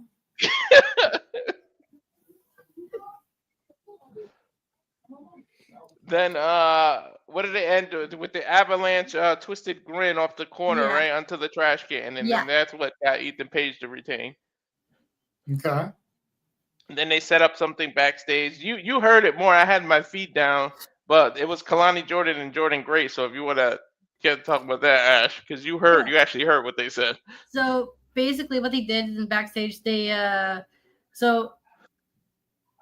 pretty much the gist of it was Kalani Jordan just getting all up in Jordan Grace, saying like how she's a better like Jordan Grace coming up saying like, I would like to challenge that title. Like I'm going to be paraphrasing here because I don't remember. So it's Jordan Grace saying like how she's going to challenge Kalani Jordan for that title, and then Kalani Jordan's like, you know what? Sure, I'll accept your challenge, and I'm gonna prove that I'm the better TNA Knockouts champion than you are. So that sets up a title match for this upcoming Tuesday. Yep, announced this NXT Gold Rush for the next 2 weeks. They announced it there. Jordan Grace was looking good. She dressed up as Vilma backstage, and I said she slacked the Jinxies out of Kalani. She smacked the shit out of her. Like when she smacked her, I was like, Jinxie. And I got Ash going with that. Yeah. I got her going with puns. And then what was after that? The Blake Monroe, the North American Championship, the female one, right? Because it was back-to-back North American. Now this was good. It was. Oh my god. Back and forth to the point. Blake Monroe was working on her shoulder, Zaria's shoulder, the whole time. There was a point where it kind of looked like it was hanging and it's out of the sight. I thought people thought in the crowd that Soruka turned on Zaria, but she didn't. She pushed Zaria into the post, shoulder first. But what she was doing was actually popping her shoulder back into the socket. It wasn't like a heel turn. I pointed out immediately. I could tell what she was doing. She wanted to motivate Zaria. And after she popped the shoulder back in place, Zaria hulked up and went on fire. But, I mean, literally the entire match was just, she caught it in between, what was it, an arm bar in between the ropes? Yeah. And then ever since then, that was Blake Monroe's sole focus. And then the end came with it. There was like a chase scene around the area. Of course, Blake kicks the cane out of Soruka from under Soruka, which makes her fall. Zaria brings Blake into the ring, had the match won, hits her with the move, and then rolls out of the ring to help Soruka get back up. So, of course, that distracts her, rolls back in. Blake Monroe hits her and then gets the pin. So we got a new North American champion, Blake Monroe, because Zaria took her eyes off the ball. She literally had the match won handed to her. and she rolled out of the ring to go help Soruka get on her feet. You could have did that after you won the title or defended the title. Instead, she got distracted, and I knew it too. I just had a feeling. So this might be their final breakup because. But then again, I mean, at least she was concerned about her partner. But why do that in the middle of the match? You literally had it won. Right. Especially when you're defending the title for her. So, and then I brought up the suspicion, like maybe this could cause like Soruka to turn heel because a lot of people are expecting Zarya the one to be a turn heel. And if Soruka does turn heel, she has a valid reason to because she put her trust in Zarya to help her retain the title on her behalf, but she ends up losing the title. That's fair. This is the match that made me go, wow. So during this match, I mentioned how, wow, I'm looking forward to Blake Monroe's title reign. I might tune into NXT just to see this. She hit her with two. What is she called? Glorious shot. What is her move called? Glamour shot, right? Something like that. Yeah, I think so. calls it Something like that. Yeah, and that's she used two of those. So then the women went back to back. This I think stole the night. To be honest, this JC Jane versus Tatum Paxley. Believe it or not, NXT Women's Champion. Jane was in control for like most of the match, but Paxley was able to find openings, elbow drops, and gory specials, bending JC down for like backslides. She did a lot of reversals. There was a head scissors applied. That's what she was doing. She was grinding the challenger down, JC Jane, that is. But then chaos happened, and of course, Fatal Influence got involved, as well as the calling. So referee kicks the calling out, and then Fatal Influence is like, "Ha ha," making fun of him, and he says, "What are you talking about? You and you get the hell out too." So then it turned out into one-on-one.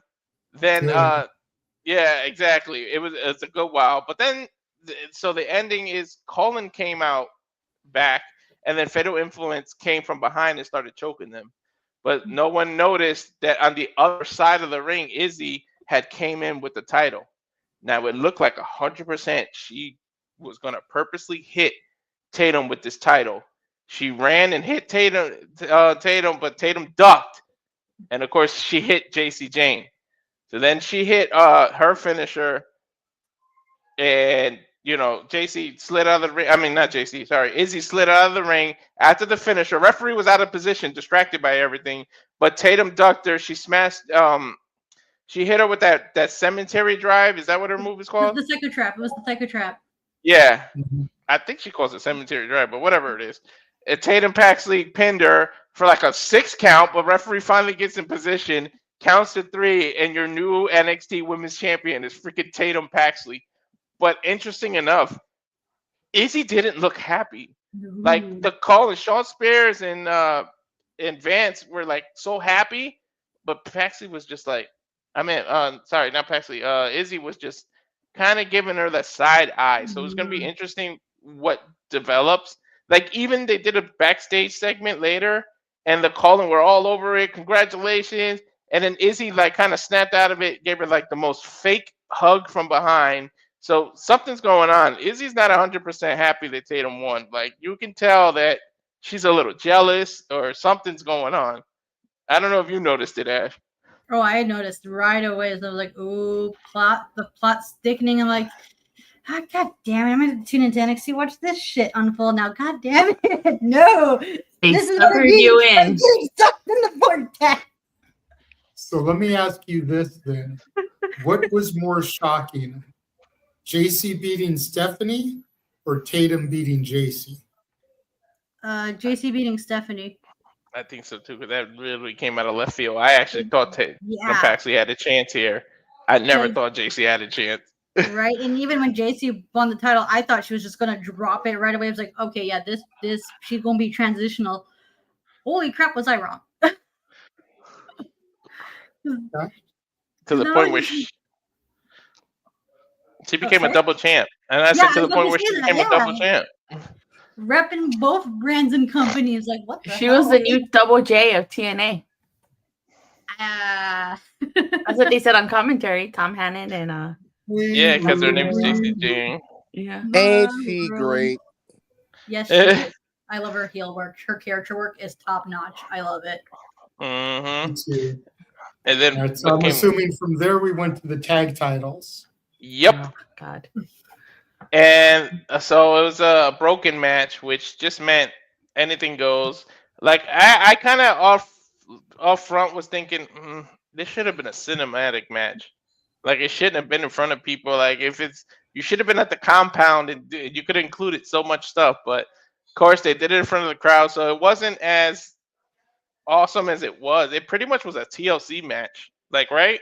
It pretty much was, yeah. It because there's like the chair was involved. Like we constantly made jokes of like, oh, there's a ladder in the chair. When like our tables and chairs came out, when's the ladder going to get involved? And then the ladder came out. So it pretty much was 4-on-2 the entire time because there's no rules. Darkseid just stayed out of there until Hardy's did what they did and climbed the ropes and took Shaquan Sugars out. And what the hell is the other guy's name? Why can't I think of his name off the top of my head? The white boy? Yeah. Cutler James. Cutler James, thanks. They took them out. Then it finally became 2-on-2. It was a lot of back and forth. Jeff went at this point. He had damn Darkseid names. He had Orion or what's his name? Osiris. He had him on the table. He did, of course. He had to go to his 30-foot ladder and do the swanton. He hits it and he moves. So Jeff took himself out of the match. Went through 2 tables that were set up. So that left Matt. Of course he does. That left Matt defending by himself against both these people. So If they Jeff Hardy doesn't do a swanton off the ladder and crash and burn, it's not a Jeff Hardy match. Yeah, exactly. Right. And then Jeff found his way in it, but he was kind of like out of it in the corner. So then Osiris puts Matt Hardy in the Tree of Woe, but kind of locks his leg in. And then they take advantage of Brother Nero. I keep calling him Matt, but they literally were Broken Matt and Brother Nero in this match. But neither here nor there. They took turns. Lennox took turns, and Matt passed it on the floor. Osiris smashed Jeff into the turnbuckles. He did this back suplex lift that took him out, and he trapped. Like I said, he trapped Matt into the Tree of Woe, and then they pinned Brother Nero, and we got new tag team champions. Darkseid won by pinfall after they did a Doomsday device off of the turnbuckle through a table. It took Brother Nero out. Then you saw, this is what interests Ashley the most. Leon Slater and Javon Evans was watching this in the back, and they were like, "Yo, we should go for those tag titles." So these two, and then he was like, I feel bad that we didn't go help the Hardys. He said, no, man, you heard them. They said they'd do it on their own. So it looked like they wanted to help him, but the Hardys are the ones that told him not to interfere. So Leon said he's got to take care of business and put his X Division on the title on the line the next time. But after that, he's free and clear, and he's down. So it looks like Darkseid are going to have to go against Evan and Slater for the tag title sometime in the future. They didn't tease when. Go ahead, Ash. I was going to say, because during the opening tag match, I kept saying, man, Javon Evans and Leon Slater work so fucking well as a team. Like, I want to see them team more. I want them to go after the titles. And sure enough, oh, sweet. I got a new tag team to follow. And I'm like, oh, cool. They're challenging, going for Darkseid. Cool. I'm going to have to tune in weekly to see how this turns out. God damn it. Well, I don't think NXT has a PLE for November. I know they usually have Deadline in December, and that's the last WWE PLE of the year. So they may hold off until December since October is pretty much already over. Mm-hmm.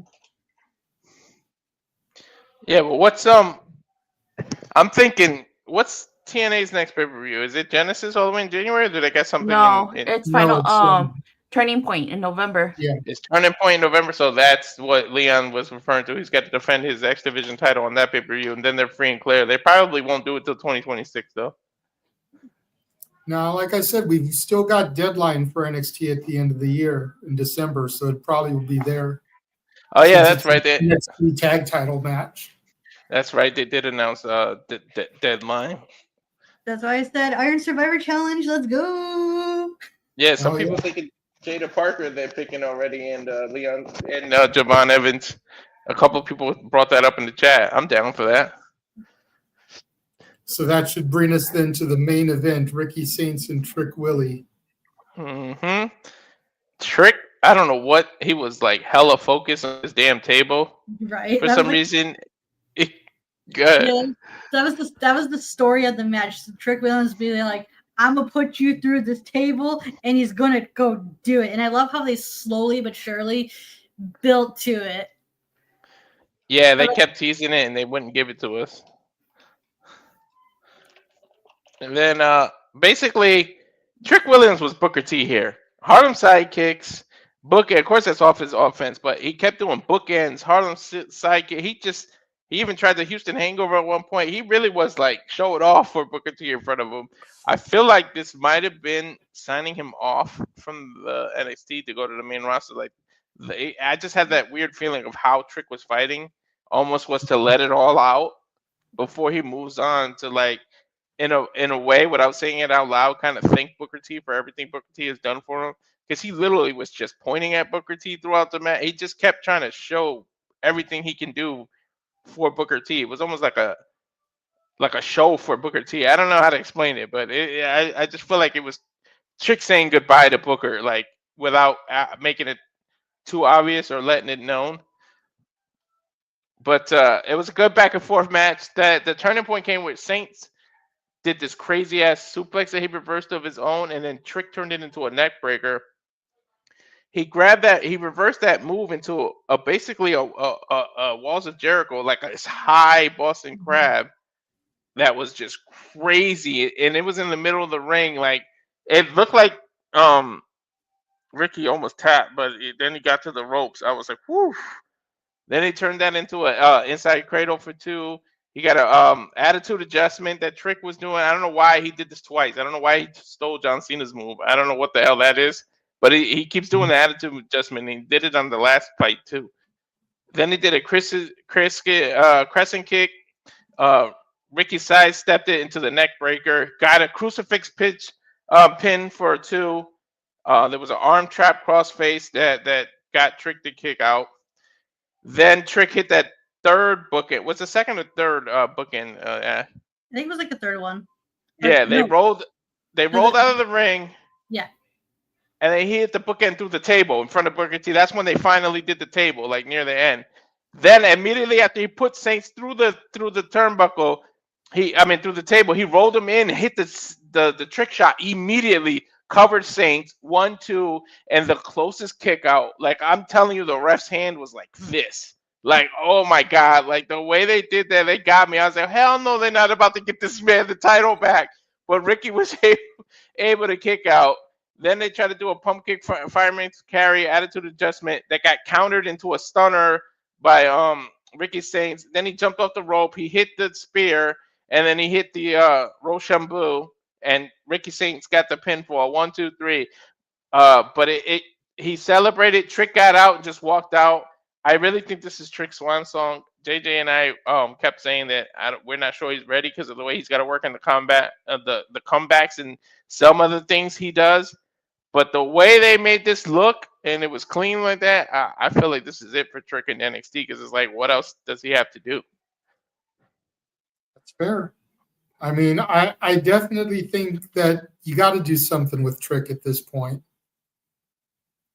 And, you know, from what I know about SmackDown, Miz has been attacking Mello quite a bit. This could be a way to turn Mello babyface, bring Trick to the main roster to help him help Mello with the Miz, get Trick Mello gang back together, and now you got another tag team on SmackDown.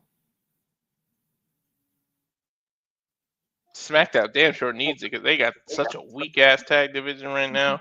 SmackDown's got the better tag division. Actually, yeah, you're right. It's Raw that has the horrible one. Yeah, there's there's on SmackDown. There's DIY, Motor City Machine Guns, Pretty Deadly. 2 others that I can't think of right now. The Profits, the Wyatts. Yes. MFT. Yeah, the MFTs. Yeah. GODs are back together. Yeah, in their face paint. Tonga Tonga Tonga and their Gorillas of Destiny face paint. Let's go. So yeah, SmackDown is a good solid. Oh, sorry. You were saying? I was gonna say. So yeah, so I feel like I'm gonna finish watching Halloween Havoc. Hopefully tomorrow. Hopefully, I can't promise I'll finish it tomorrow, but I'm gonna continue watching Halloween Havoc, and then if I don't end up not able to review it, I will give my honest thoughts about it on the next Shenanigans that I'm on. So, because like I said, the first match, the opening match, did intrigue me. I didn't finish watching it. But we'll see how the rest of the show is. So I didn't know it was only 2 hours. So we'll see.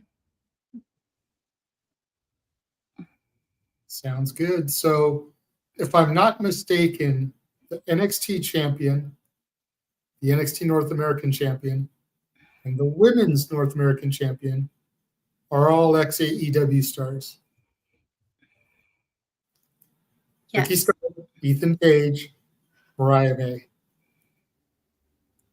Yeah, I had to process for a second. I was like, yeah, they were all in And AEW. apparently on SmackDown, Jade turned heel and is going to be challenging Tiffany for the title at Saturday night's main event.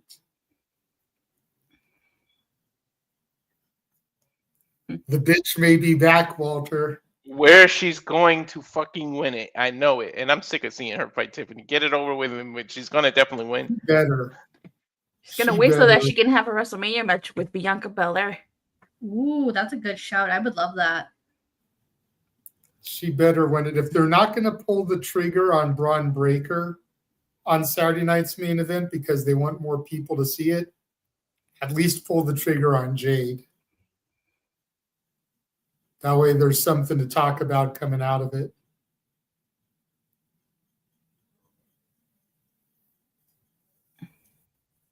So, all right. Well, sounds like it was a good show. Sounds like you both enjoyed yourself. Sounds like Ash may have new programming to tune into every week. I mean, I'll be real with you. I haven't been watching Raw or SmackDown as of late, so NXT might fill that void. Oh, wait. So you don't know what happened on Raw? You don't know we got new tag champions? Wait, who are the tag champs again? Because my mom told me about this and I completely forgot. AJ Styles and Dragon Lee, and they're asking they're asking fans to come up with a name for them. Right, because they don't want to be called AJ Lee. we got Jay Uso and CM Punk going at it for the title, which it's gonna be interesting. Which I have a feeling is going to lead into Jimmy and Jay Electric Boogaloo. God, I hope not. I mean, yeah, listen, call me naive, what you will, but I was just like, there's no way that if they do have a second match, it can't be worse than the first one, right? Well, I mean, it can be. It can be surprised. I'm maybe it might be a little too open-minded on this because, like, I even mentioned on Twitter when I was talking about this with Ryan, I was like, listen, if I'm wrong, I'll gladly eat crow about this, okay? I do realize I'm being way too optimistic about this because I tend to see, like, the more positive side of wrestling because there's way too much negative shit surrounding it. So I try to, like, look on the bright side of things. Even matches I don't really care for. I'll be like, you know what? Let's see how this goes. Someone's going to enjoy it. Who am I to poo-poo on anyone's parade? Because I ain't about that. Yeah, I feel you. I mean, I don't really like Japanese wrestling, but, Noah really likes Japanese wrestling. So do you, so. Yeah. Like, certain styles of wrestling are an acquired taste, and I know not everybody's going to be into it, and there's nothing wrong with that.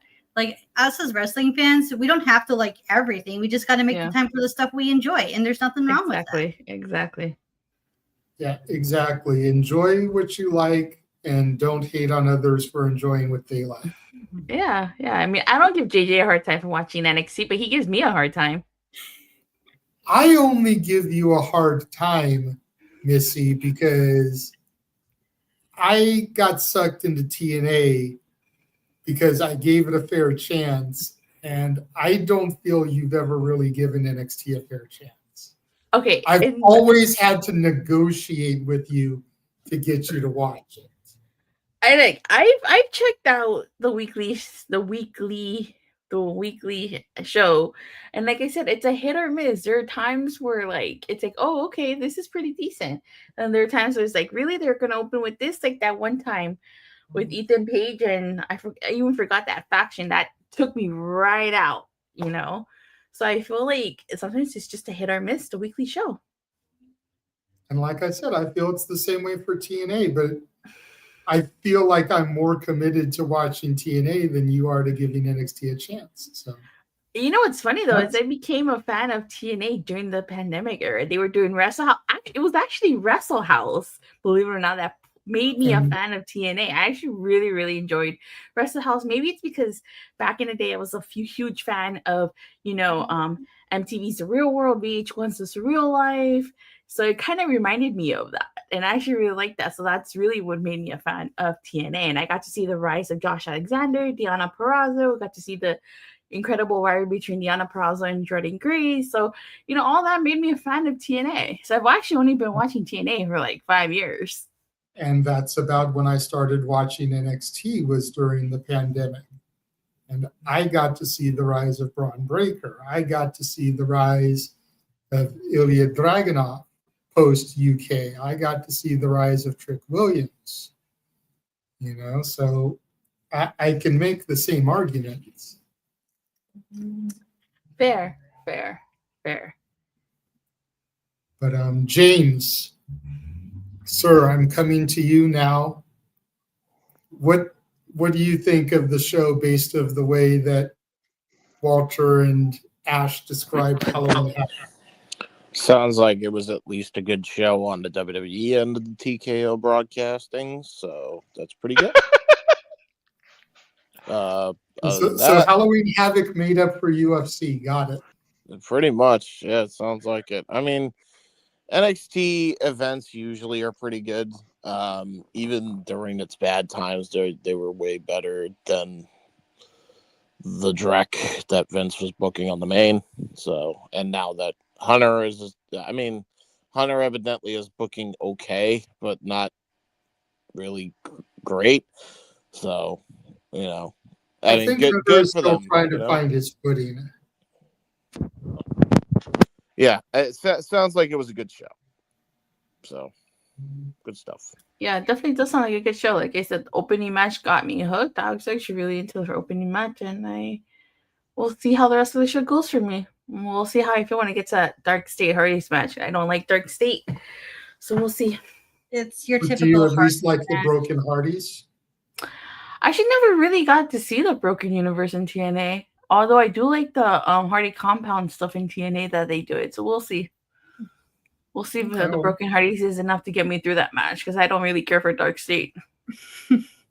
Fair enough.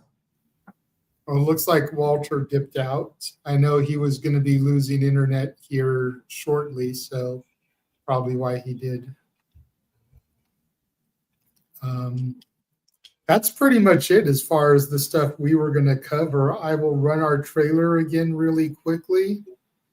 And unless we get any super chatted topics coming in, then we'll start to wrap things up. We will be right back. And now for a taste of things to come.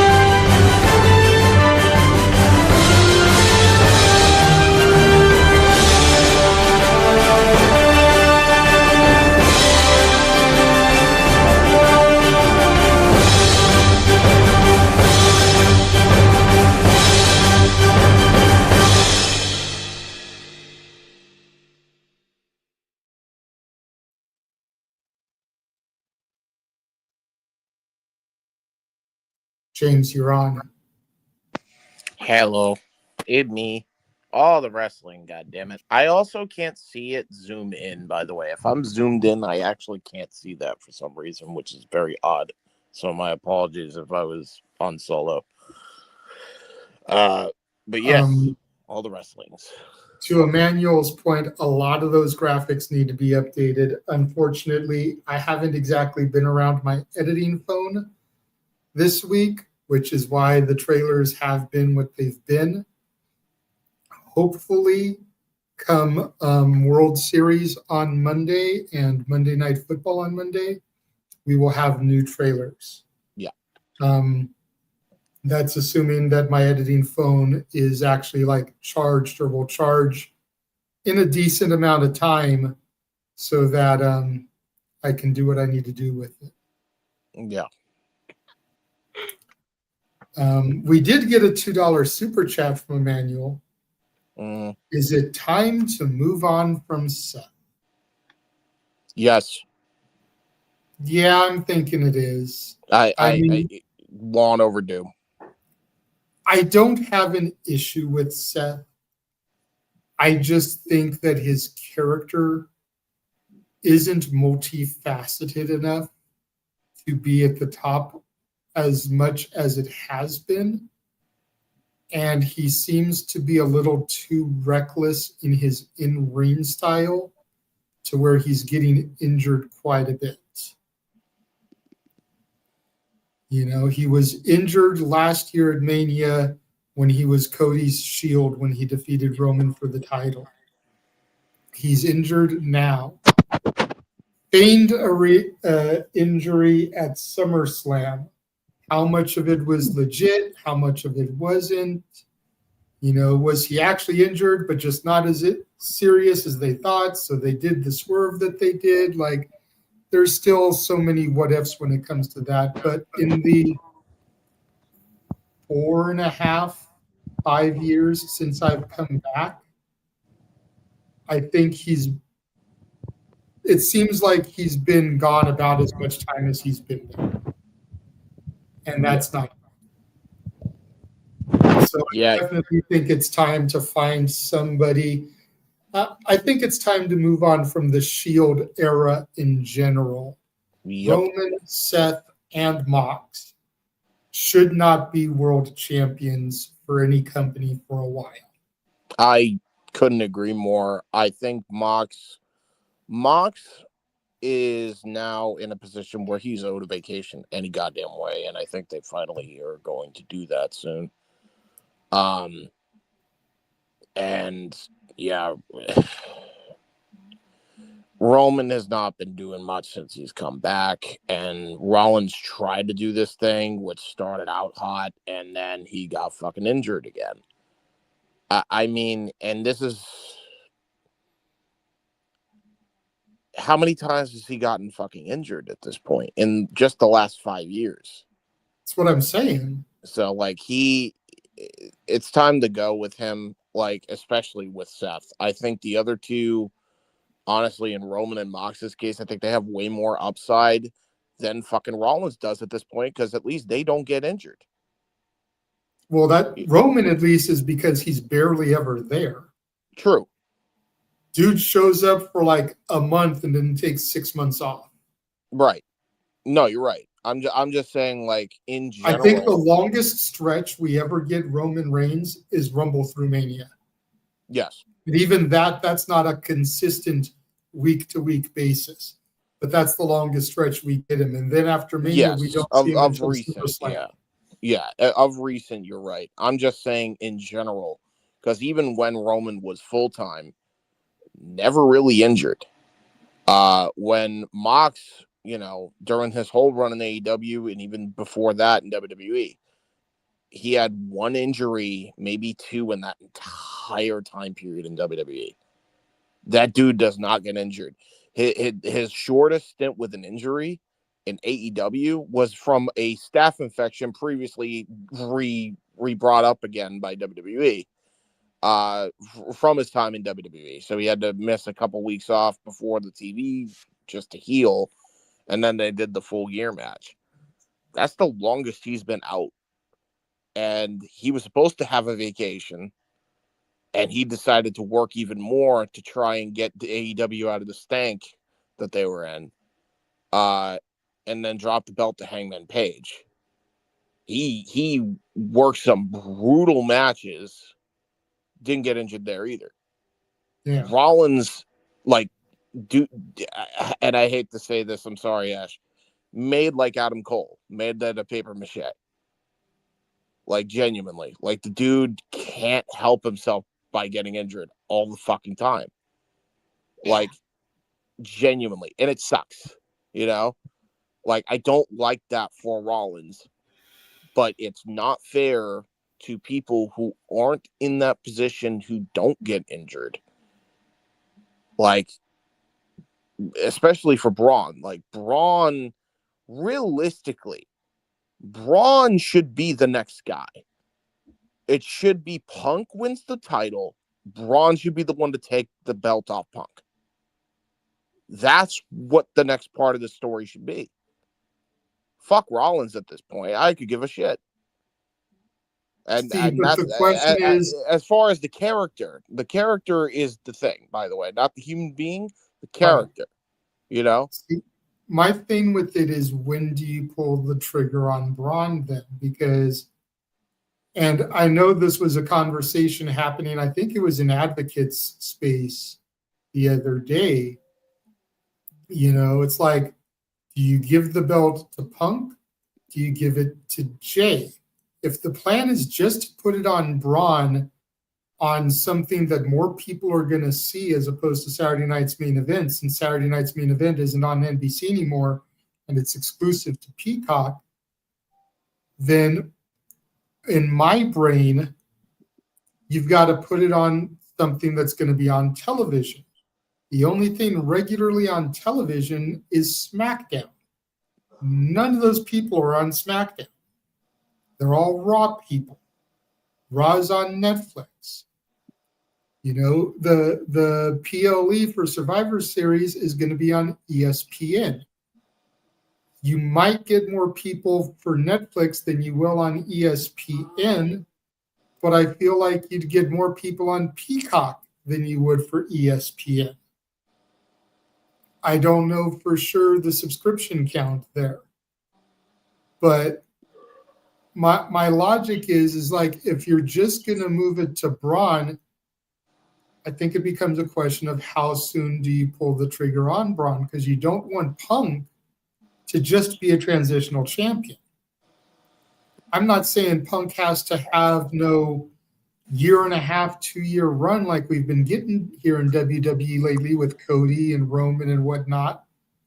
But if Punk is going to be the one to get the belt, I think he should at least hold it till Mania. I agree with that. That's when I think you should pull the trigger on Braun. But there's dirt sheets, take it for what they're worth, saying that Braun's going to be the champ walking out of Survivor Series. If that's the plan, put it on Jey Uso, because no disrespect to Jey, I feel like he can be the transitional champion. And Braun can get his get back from when Jey beat him for the IC title. Yeah, you're probably right. Realistically, it will tie up that loose end. I guess. But to answer the initial question, it's definitely time to move on from Seth. Yeah, I agree. I think Braun's the future, however you go about it, whether it's Survivor Series or Mania, it's one of the two. I'm glad that there is at least plans going with Braun, and they're not just going to put him on the sidelines because their leader got injured. That makes me happy, because that dude is the man. He is the man. He is the promised land for WWE's future. They got to go with him. Braun Breaker at this point in his career is Brock Lesnar in 2002. Yes. He is the next big thing. 100%. Which is why the Punk thing wouldn't be such a horrible thing, because Braun beating Punk would be akin to Brock beating Rock at SummerSlam. Yes. Yep. But again, I don't want it to just be a 3-week run for Punk. Punk deserves more than that. The shortest I would accept would be the Rumble. Yeah. In Saudi. Go ahead, Datilla. I think I saw your hand up there. Oh no, I was just stretching. Sorry. Okay. Well, do you want to weigh in anyways? Do you think it's time to move on from Seth? I'll weigh in, yeah. Yeah, I think it's time. No, I think it's time to move on from Seth. Braun Breaker should definitely be the guy, as you mentioned. But I feel like they sped up his story just because Seth got hurt. I feel like had Seth not gotten hurt, I'm sure Seth would still be champion, and the event, and they would have slowly started planting the seeds of probably Braun Breaker turning on Seth. But it's just that they expedited it because of Seth's injury. Yeah, 100% that they sped it up because of the injury. Ash, your thoughts?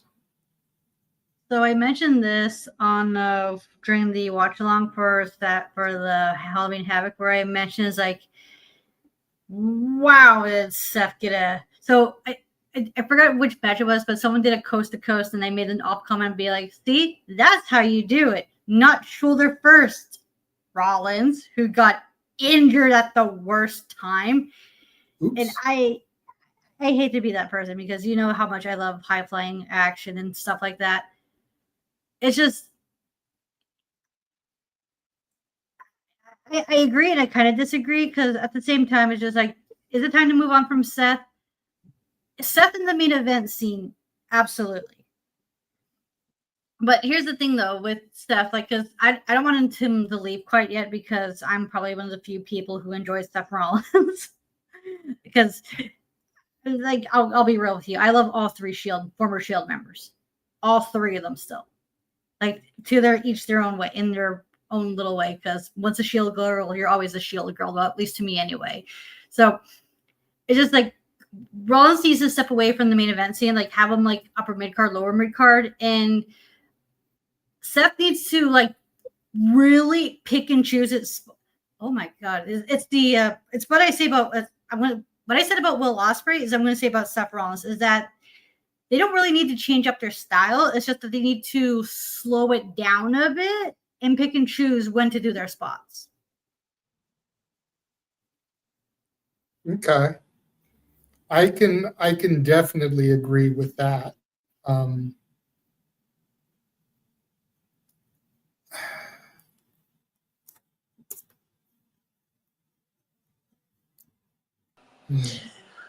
The issue is he won't. That's the problem. I'll just be blunt about it. The issue is he won't slow down. Mm-hmm. Well, so he's got to go. He's got to go. Here's another part of it and things that I'm factoring in too, because much as I've said that it's time to move away from the Shield era, I've also been saying it's time to move away from the Horsewoman era.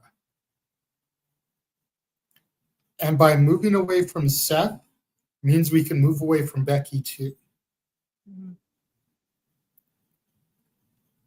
And while I think Becky has a little bit more to offer at this point than Seth, I'm just tired of seeing the Horsewoman in the main event scene. That's Becky, that's Charlotte, that's Mercedes, and to a lesser extent, it's Bayley, because while Bayley had that run, ever since she lost the title, she's kind of been distant from the main event scene, to where I kind of want to maybe see her get back there a little bit more than the other three.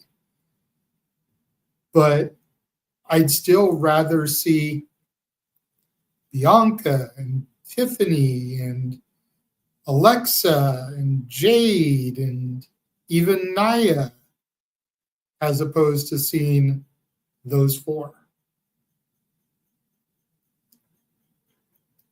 So I don't know if you guys agree with me on that, but I think that if we can pull Seth away, maybe we can also pull Becky a little bit, and she can stay at home with her hot husband and maybe try and have another kid or two. And just kind of use Seth as like a, in case of emergency, break glass type of guy.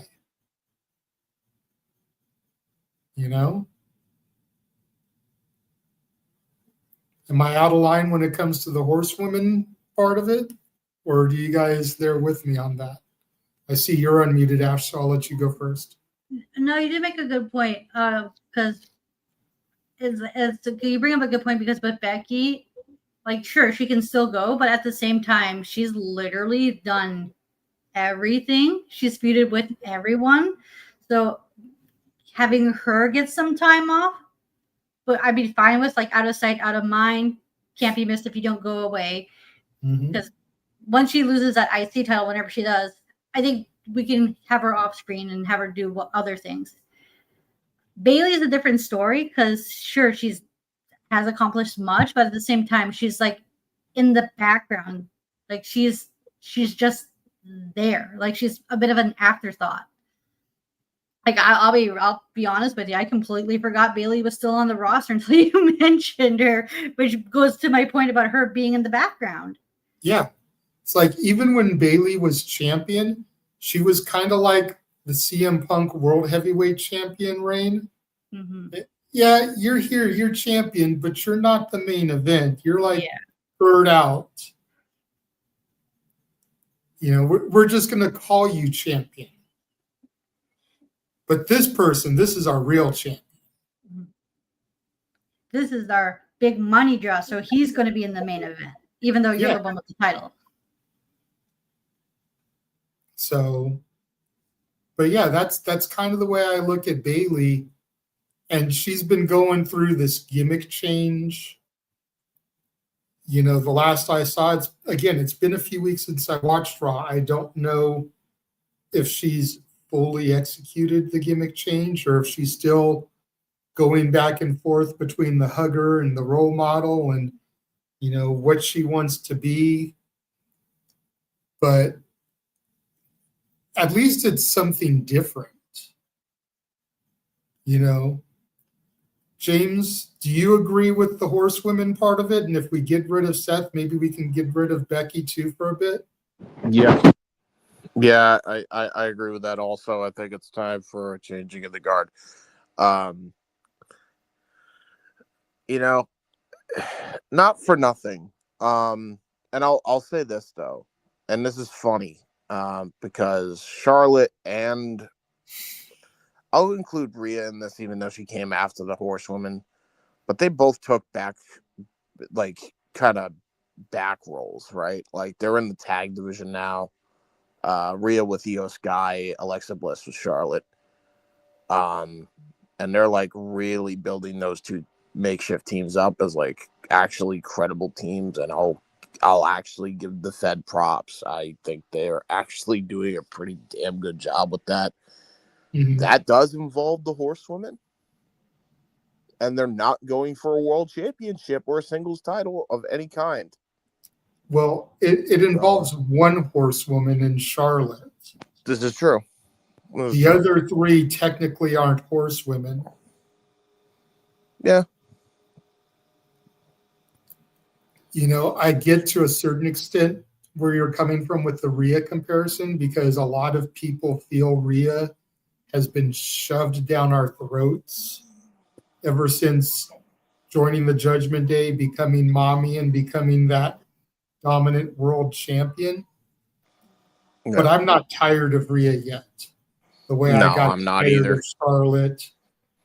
You know, and I wasn't even really watching during the horsewoman era. So let that sink in for a little bit for my complaint here. I wasn't even watching when the horsewomen got called up. Remember, I didn't come back to WWE till pandemic, till Thunderdome era. And just in these 5 years, I'm over the horsewomen. I've only had about half of their run. Yeah. Imagine the people that have been there for their entire run. Yep. I've been there And the even entire going run. back to the black and gold and watching them come up. So that, and it's not to say that they're bad. I don't take, even though I talk a lot of shit about Charlotte and Mercedes especially. I don't want anyone to get it mistaken that I think they're bad. I'm just over them being forced down our throats. Bailey and Becky, I give a slight bit of leniency to. Charlotte, I still think that everything that Charlotte Flair has received should have been Natty's. Everything. Because Charlotte has done 16 if you count the NXT, 14 if you just count main roster championships in a decade. Natty's been there almost 20 years and has 2.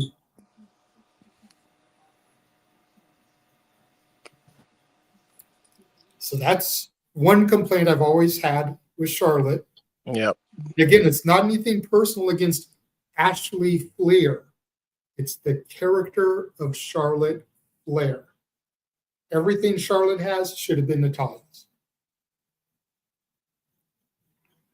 And then as far as Mercedes, I didn't have a huge issue with Sasha while she was under the WWE umbrella. I still will go back and watch and correct me on the year here, because again, I'm older. The WrestleMania 37 main event she had against Bianca, it was 37, right? The night one main event. Regardless, I still go back and watch that match and I cry my eyes out. The match was really goddamn good too. Like that. The match is almost secondary between it being two women of color. Yeah. And then the fact that Bianca, who I favored over Sasha, winning the title. All three of those things, I still bawl my eyes out watching that match. And this is a Mercedes match, y'all. So for all the shit that I give her, just know there's still matches of her that strike real emotion in me. Okay? I'm just over the 12 belts Monet CEO bullshit. Ultimo Monet. No.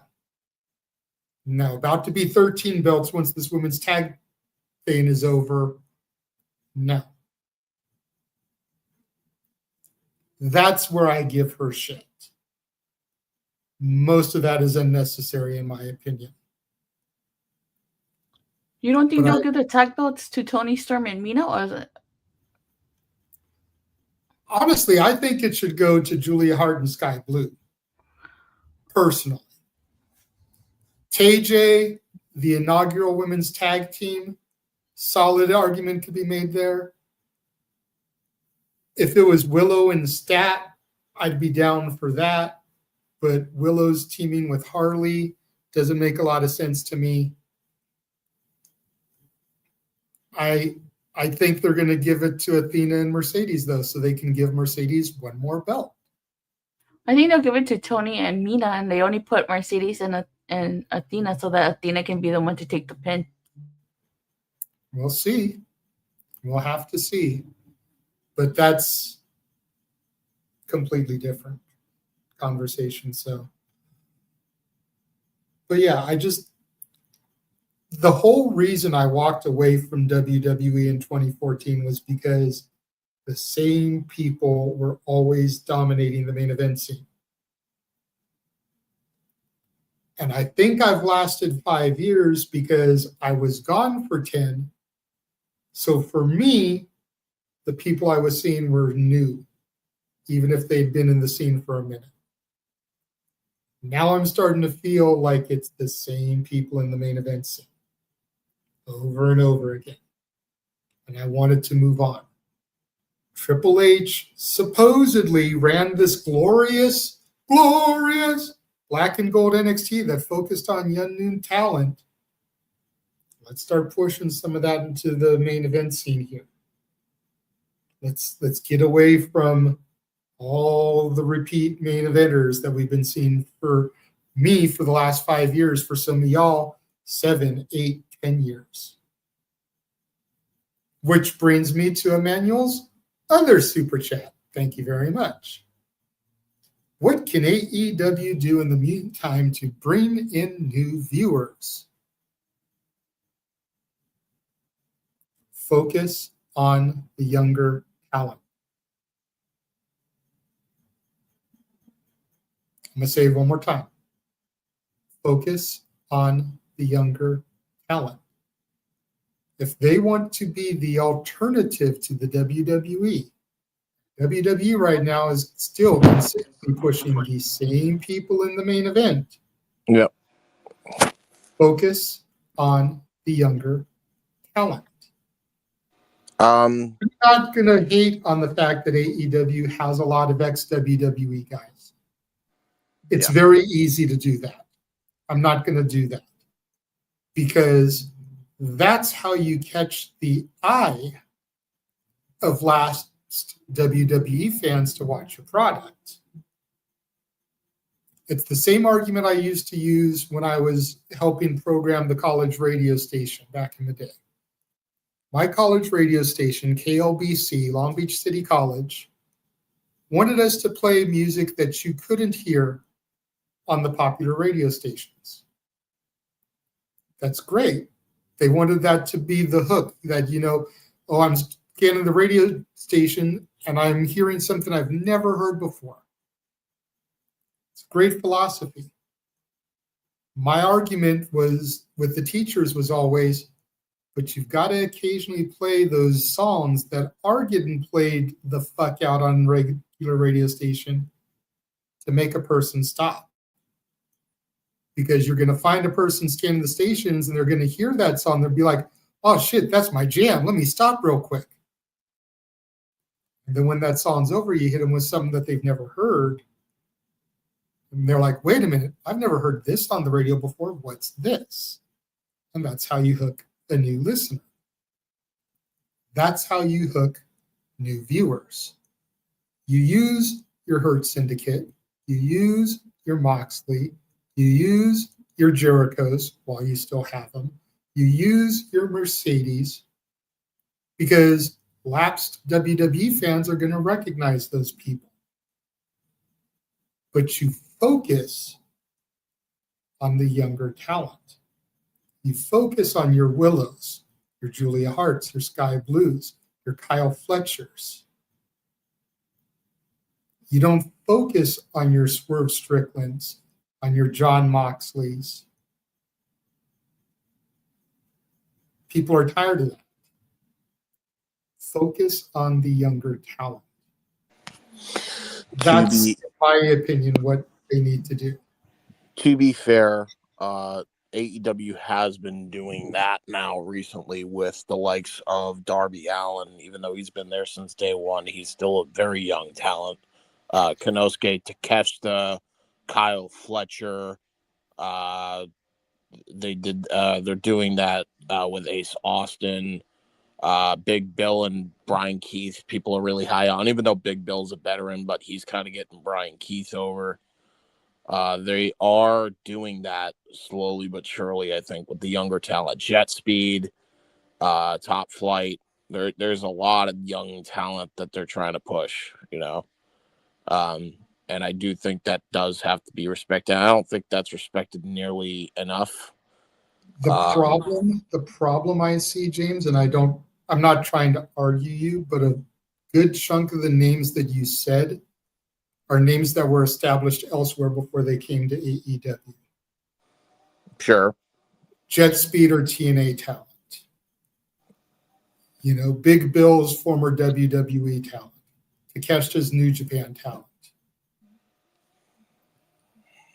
Granted, not everybody watches New Japan, but these are names that were established elsewhere before they were AEW. I'm talking you need to go back to the pillar mentality. Sure. And whoever your 4 people of the future are now, since we've obviously moved away from some of them since day one, MJF has already been world champion. Darby doesn't seem to want to be world champion. If he did, we would have probably had it on him at this point. Guevara is too much of a loudmouth hothead, getting in trouble backstage. And I forget who the fourth one was. Jack Perry. Jack Perry. See Sammy Guevara. You're not wrong on that, sadly. I mean, I liked the scapegoat gimmick. I thought it was a great turn for Jack, even though I was pissed at him for what happened at All In and the whole Punk incident. When he came back as the scapegoat and started doing that whole thing, I strangely got behind him. I know I dumbfounded James when I got behind Jack Perry with the scapegoat gimmick, but I did. I didn't like that he joined the Bucks because fuck the Bucks. But you know, I liked the scapegoat. But we need to figure out who the next four pillars are, and I think we need to have 4 males and 4 females, and those are the 4 that we really need to focus on. You know, and they've got to be people that didn't have established names before AEW. So maybe like a Julia Hart or a Sky Blue, I could see being a female pillar. You know, I could see a Queen Amanada being a female pillar, or a Billy Starks. You know, I don't know if they had names prior to AEW. I only really learned of them through AEW. So even if they wrestled elsewhere on the indies, like MJF wrestled on the indies, but he wasn't really an established name like a Big Cass was, if you get the comparison. You know, he may have garnered a buzz on the indies, but he wasn't someone people were tuning in every week to watch. You know what I mean? Same with Willow. Willow I only ever discovered through AEW. Yeah. She could be considered a pillar. So maybe that's your 4 right there: Julia, Sky, Billy, and Willow. Yeah, for the women, for sure, yeah. And then for the men, I want to say Fletcher, but I know he was established overseas before he came to AEW because he was running with Ospreay. Right. Yeah, he was in a tag team with another person. And Mark Davis, Aussie Open. Yes, that's who it was. Yeah, I can remember who his tag partner was. Yeah. Although they didn't really do much over there. I think they were like heavyweight champions at least one time, and that was it. Well, yeah, because Mark Davis kept going down with injuries, I think. Mm-hmm. Yeah. So you can make the argument that Fletcher can be a pillar because he's more established in AEW than he was over in New Japan Pro Wrestling. Okay. See, but I'm not sure who the other 3 pillars would be because, like, Takeshita's New Japan, Okada's New Japan. Yeah. Although I was about that's why I kind of bit my tongue there because I was about to say, like, because me personally, I don't really see Takeshita as a New Japan Pro Wrestling star because he's not there enough, even though he's the IWGP Heavyweight Champion. You can make the claim before that he came to AEW, wasn't he? Yeah, he was a established DDT person. Yeah, I get where you mean by that front. Yeah. So we'd have to rack our brains there, but that would be my suggestion: is figure out who your 4 pillars are of the company for the men and women, and focus on those 8 individuals. Stop relying so much on the established names, whether it's WWE or TNA, or even New Japan or CMLL, Stop relying on the established names and focus on your homegrown talent. Sure. That would be my primary suggestion. Anybody else? Oh, I got a suggestion. Well, real quick, just because I didn't get to really chime in on the other topic. I do agree with you about Becky. I feel like if Seth, if we need to move on from Seth, we should also move on for Becky. And I want to see a storyline with Charlotte that does not involve the title. But as far as AEW is concerned, they need better stories. One of the reasons why I stopped watching AEW or Dynamite is the Death Rider storyline just took me out of it. Honestly, I was so over the Death Rider storyline, and the fact that it's still going on, even though he's not world champion anymore, it's like okay, So I just what do you like least? What do you like least, Dark State or the Death Riders? I dislike both of them as equal. But if you got to pick one over the other, which one you picking? If I had to pick one or the other, which one I dislike the most? Mm-hmm. It would have to be Dark State. Just because when the Death Riders started, I kind of did okay. I was digging it at first, and then it kind of just went in a completely different direction. Fair enough. I just continue. Yeah. I was hoping for the small victory there and be like, well, I prefer Dark State. Like, yes. No. But because, there has to be something going on with their weekly shows aside from just them not focusing on young talent. their ratings are speaking for themselves if we're going to get into the ratings aspect. I just feel like their stories probably just need to be a little bit more, how can I say this? I guess better, more cohesive, because didn't the Bucks and Perry attack Tony Khan and Kenny Omega? Where's the follow-up to that? As far as I know, there was never a follow-up to that. There wasn't. They give great matches, but if you're gonna give me a match between Omega and Okada, why should I care? Why should I care that that match is happening? Why should I be emotionally invested in that match? Give me a reason to care. If you don't give me a reason to care, why should I care that match is happening? I will say, and again, let me reiterate that I haven't watched anything week to week for a minute. But before I stopped watching the week to weeks altogether, I will say that I felt that AEW was slowly starting to get better with their storytelling. Yes. I do agree that they still have a lot of work to do to improve.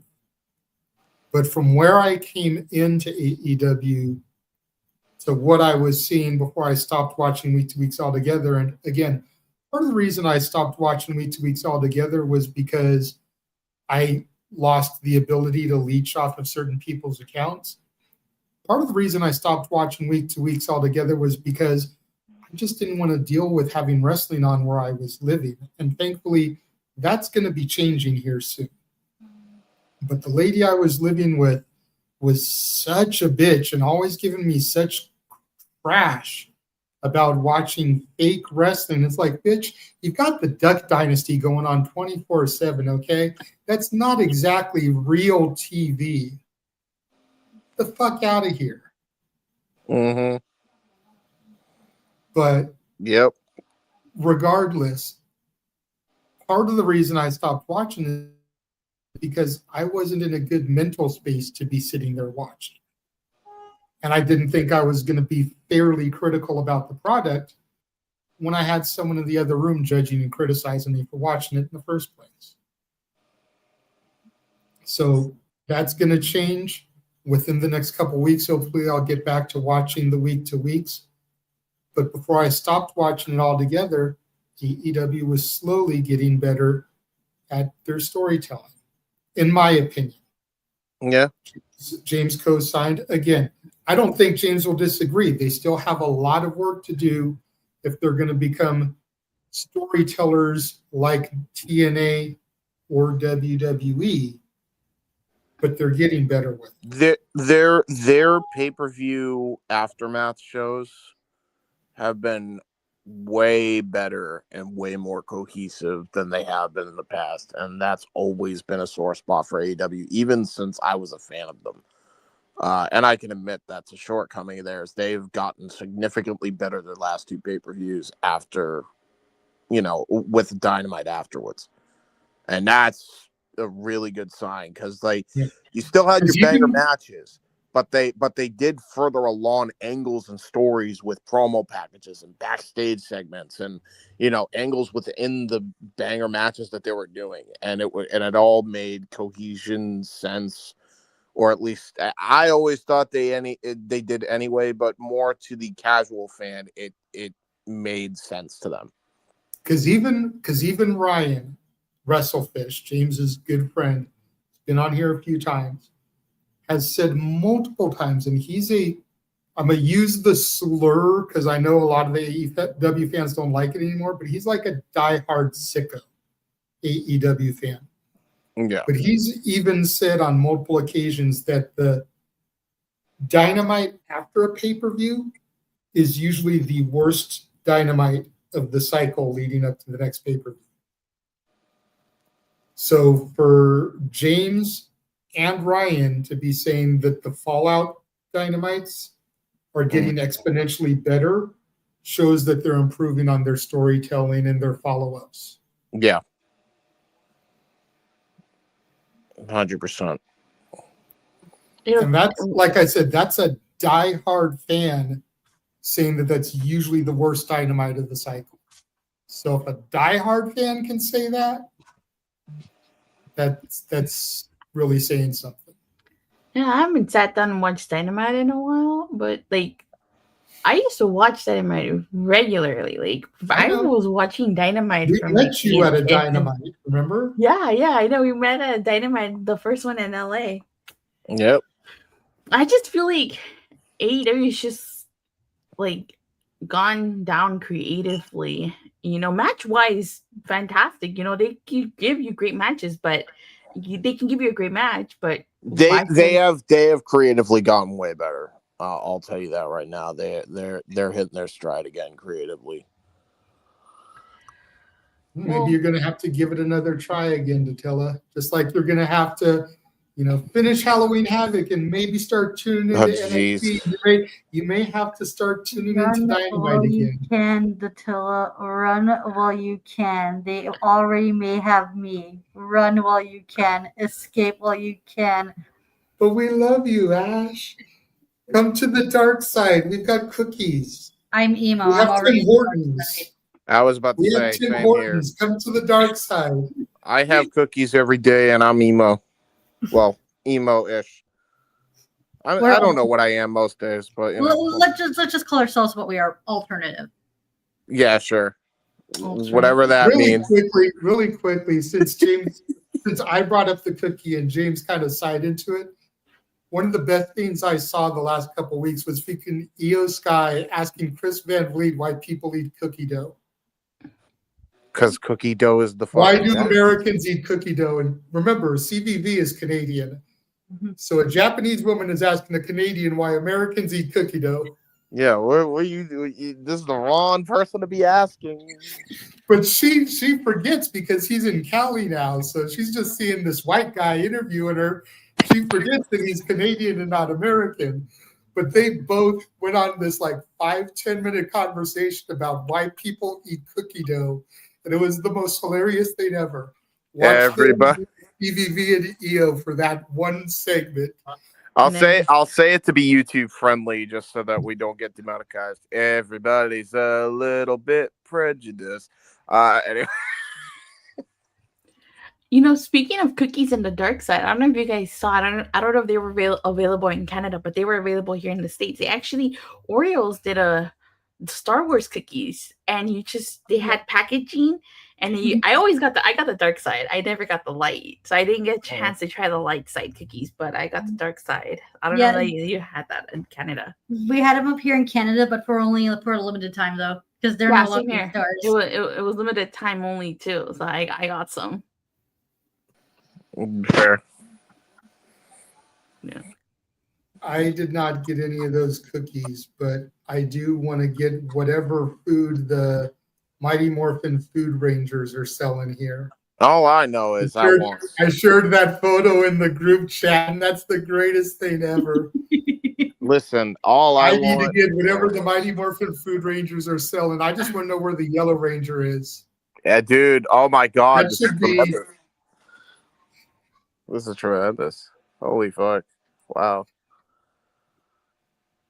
Wait. Hey. There is no Yellow Ranger. That's what JJ just said. What the fuck? I'm pissed. Yellow Ranger could be In and Out, I think. Well, that's a Yellow- good shout. Oh, that's a good shout. In and Out. Yeah, In and Out. JJ, who do you think could be the Yellow Ranger? Go for it. I don't know. Like, since they have green and white, like I would say make Subway yellow. No, yeah, because something else needs to be green in it. But then you get like the fucking Mountain Dew Ranger. I'm sure Noah would be happy. No, because if you really think about the lore, Green Ranger was only around for a limited time because his powers were weakened because it was Rita's powers. He had to give up his powers and become the White Ranger. Just turn the Green Ranger to yellow, and then you've already got the white, so you've still got Tommy in there. This is fair. You need 2 Tommies. I guess you don't need 2 Tommies. Actually, there were 2 Tommies. If you watch season 2, where I Tommy know. battles the clone. I know about that episode, Datilla. There's technically 4. Because if you go to the Dino Thunder episode where he fights. No, 3 hold on, versions of James. No, himself. that's still the same Tommy Oliver. That was Green Mighty Morphin, White Mighty Morphin. That's still the same character. Oh, listen. You're not going to win an argument with Datilla about That's still the same They still did Dino Thunder, and he fought 3 versions of himself. He fought the Zeo Ranger. He fought the That Green was and it. White That Ranger. was in the one episode called Fighting Spirit, which was Yes. Tommy fighting himself in a dream, while he was in a coma. Hey, listen, he still fought 3 versions of himself. I'm counting it. There's technically 4 if you count Red Turbo, but I still don't know why Red Turbo was excluded from that, but whatever. Well, because Red Zero is just Red Turbo, because that's the canon. Red Zeo's better than Red Turbo. Yes, I like Tommy everybody better agrees. as Red Zeo. I always wondered, bringing it back to the red, God damn it, we're on Power Rangers talk now. Bring that to red. I always wondered why Rocky wasn't involved in the Forever Red episode. Oh, well, okay, so the real story, Steve Cardenas has said that he was moving at that time. He was moving, so I think he missed a call or his phone was disconnected, but he was moving. So that's the real reason why he was involved. He was moving. But they said that even if he was involved, it would have just been a cameo because Jason was Mighty Morphin Red. But he could have been the Red Ninja Ranger. The Red Ninja Because Ranger? when they first got the ninja powers from Ninjor, Rocky was the Red Ranger. Yeah, I guess he could have been the Ninjetti Ranger, but that's what has been said. That's the reason why Steve Cardenas didn't come on in for a red because he was moving. I think Ryan's pissed that he doesn't get to be here for the Power Rangers conversation with you guys. By the way, I'm just saying. Put this and send it to him. Too. Yeah, I will. I'll be like, hey Ryan, you have Power Ranger friends. Meanwhile, Ash is over here like, what the fuck are they talking about? No, I'm just like, no, I'm not like that at all. I was like, oh, cool. You are talking about things that you enjoy. Just because I don't know anything about it, that should not stop me. That should not. You know what? Well, that doesn't mean you're necessarily my unknowing of a thing that you like stop you from talking about the thing you like. Share this with me. Give me the knowledge because I have sat with my friends. Multiple nerd debates on Star Wars in comic books. I had no idea what they're talking about, but I was just fascinated by it because it's a thing they're interested in, and it's just Fair. Their happiness about it makes me happy. Yay! And this is why we love you, Ash. So I know jack shit about Power Rangers, but the happiness and joy Datilla gets from explaining the things she's passionate about makes me happy, and I want to hear more about it. Like, educate me on this thing that you love. Okay, I disagree with that. I don't think Brocky was the worst ranger of all time. Was he a great Red Ranger? No, I don't think he was. I think he really came onto his own as the Blue Zeo Ranger. If you watch Power Ranger Zeo, I think he really comes onto his own. The worst Ranger? Oh. If I have to pick somebody, I know Justin gets a lot of flack for just because he was a kid Ranger. And Troy. I think who it would was be the Troy. kid that turned into a ranger? Like, It's Justin 'cause I remember Stewart. watching the Turbo Ranger movie and seeing this like 10-year-old kid morph into a grown ass adult. I was like, "Fuck, am I watching?" That was Justin. So yeah, that would be my pick right there, just because it made no sense to me.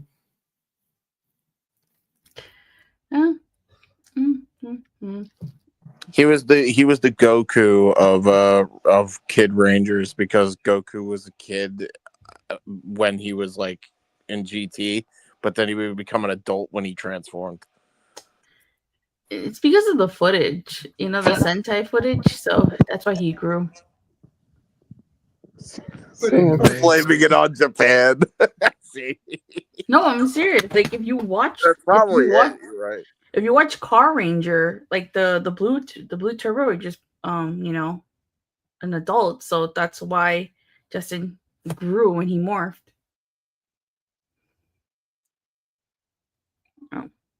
It's almost like they never should have made the fucking Blue Ranger a Kid Ranger. I don't know who just. This is why Turbo went to hell. Hey, does finale chase into space? Great, and put some respect on Diva Tox's name. She actually defeated the Power Rangers. No, still, this is true. No, Diva Tox was amazing. She does not get enough. She doesn't. To be fair, I mean, listen, she has a better track record than fucking Rita and that stupid gorilla that was by her side. Goldar? Are you thinking about Goldar? Yeah, Goldar. Yeah, Wait, is he a lion or gorilla or one of the two, or maybe both? I never knew. I always had a soft spot for Scorpina. She was hot. She was pretty. Yeah, she Fun fact. I don't know if you guys ever watched the Jew Ranger, which is what Mighty Morphin is based on, but in Jew Ranger, Goldar and Scorpina are actually a couple. That makes sense. Yeah, that absolutely makes sense. Perfect sense.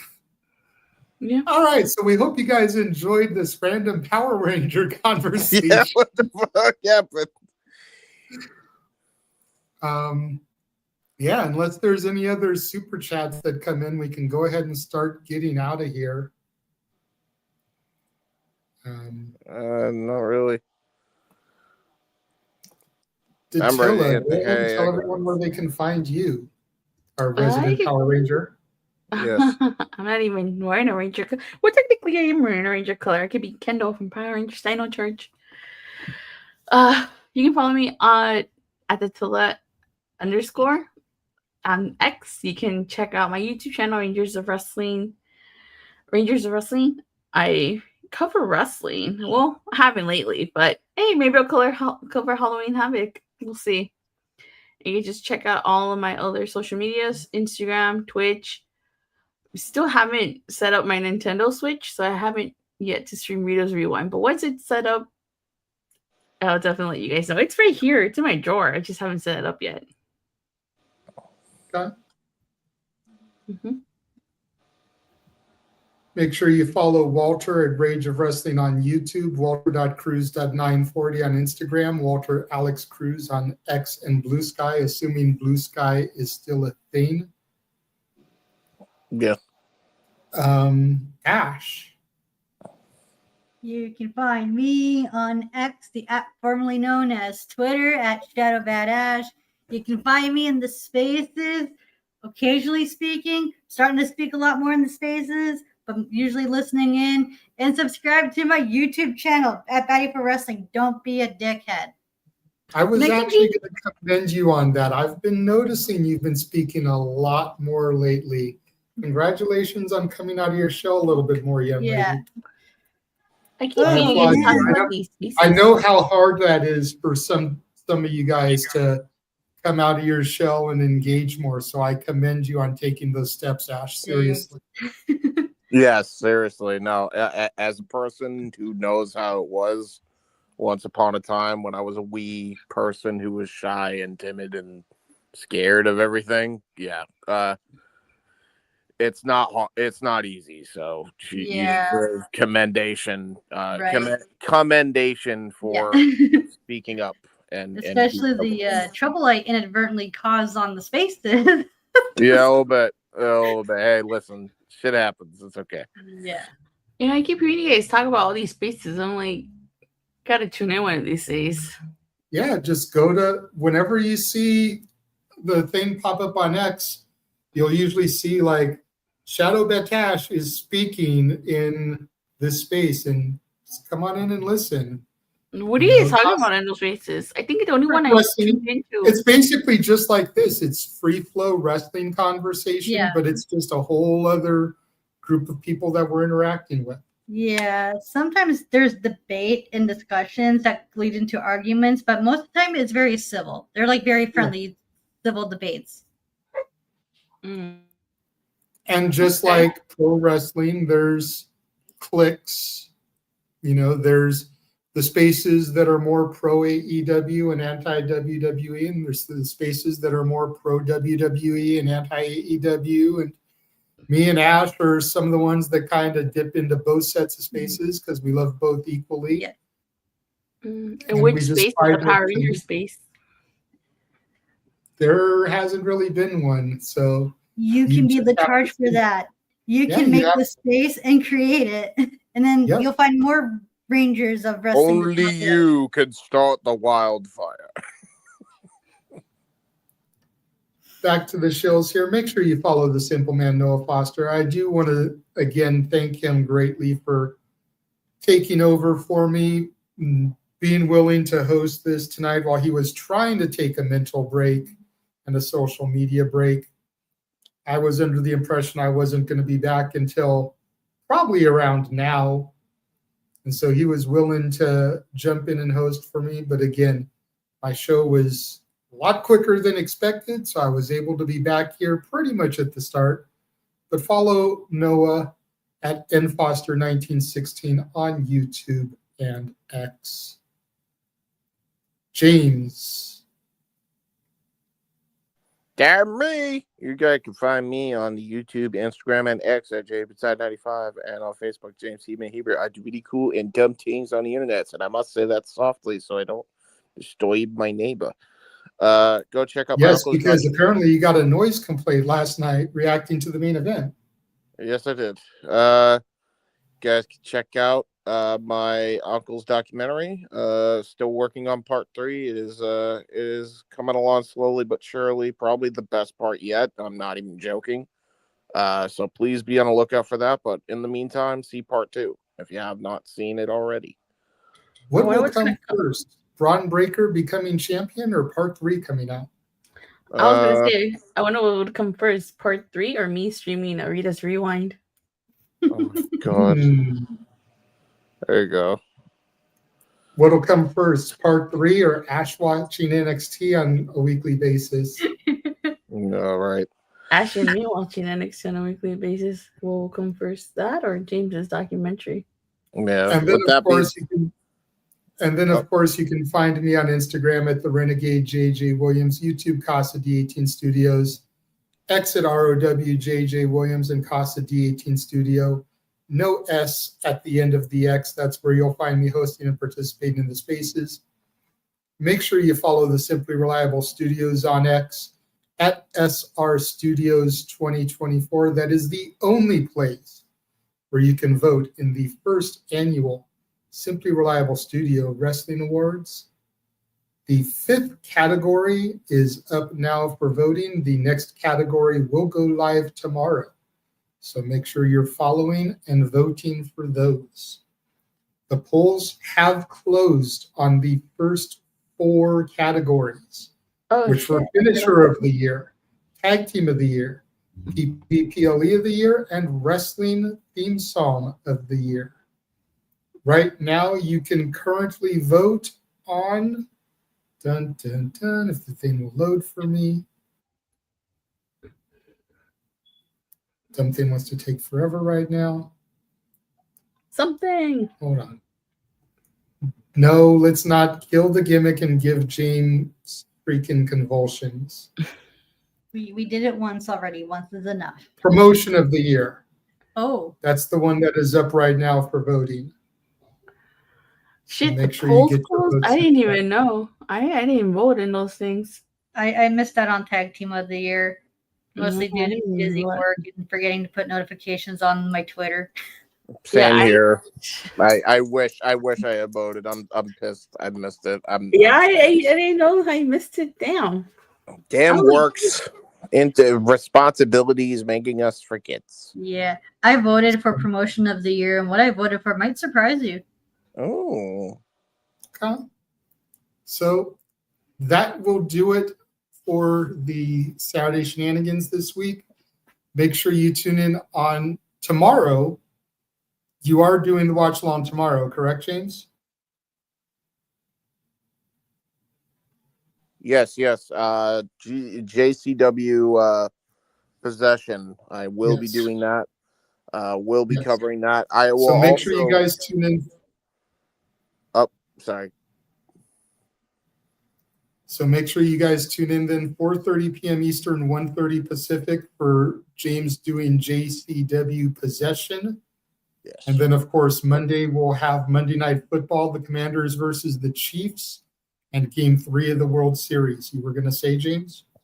I was going to say an hour before Possession, I will be live for realsy this time. No thing getting involved in this or getting in the way of this. I will be on with Alberto at Body Slam. So, Oh, nice. yes, I will be on with him. Be on the lookout. It's going to be a good time. Should be fun. And then, again, just make sure you guys tune in to the Saturday Shenanigans every week. Follow us, subscribe to all of us, and we will catch you guys next time.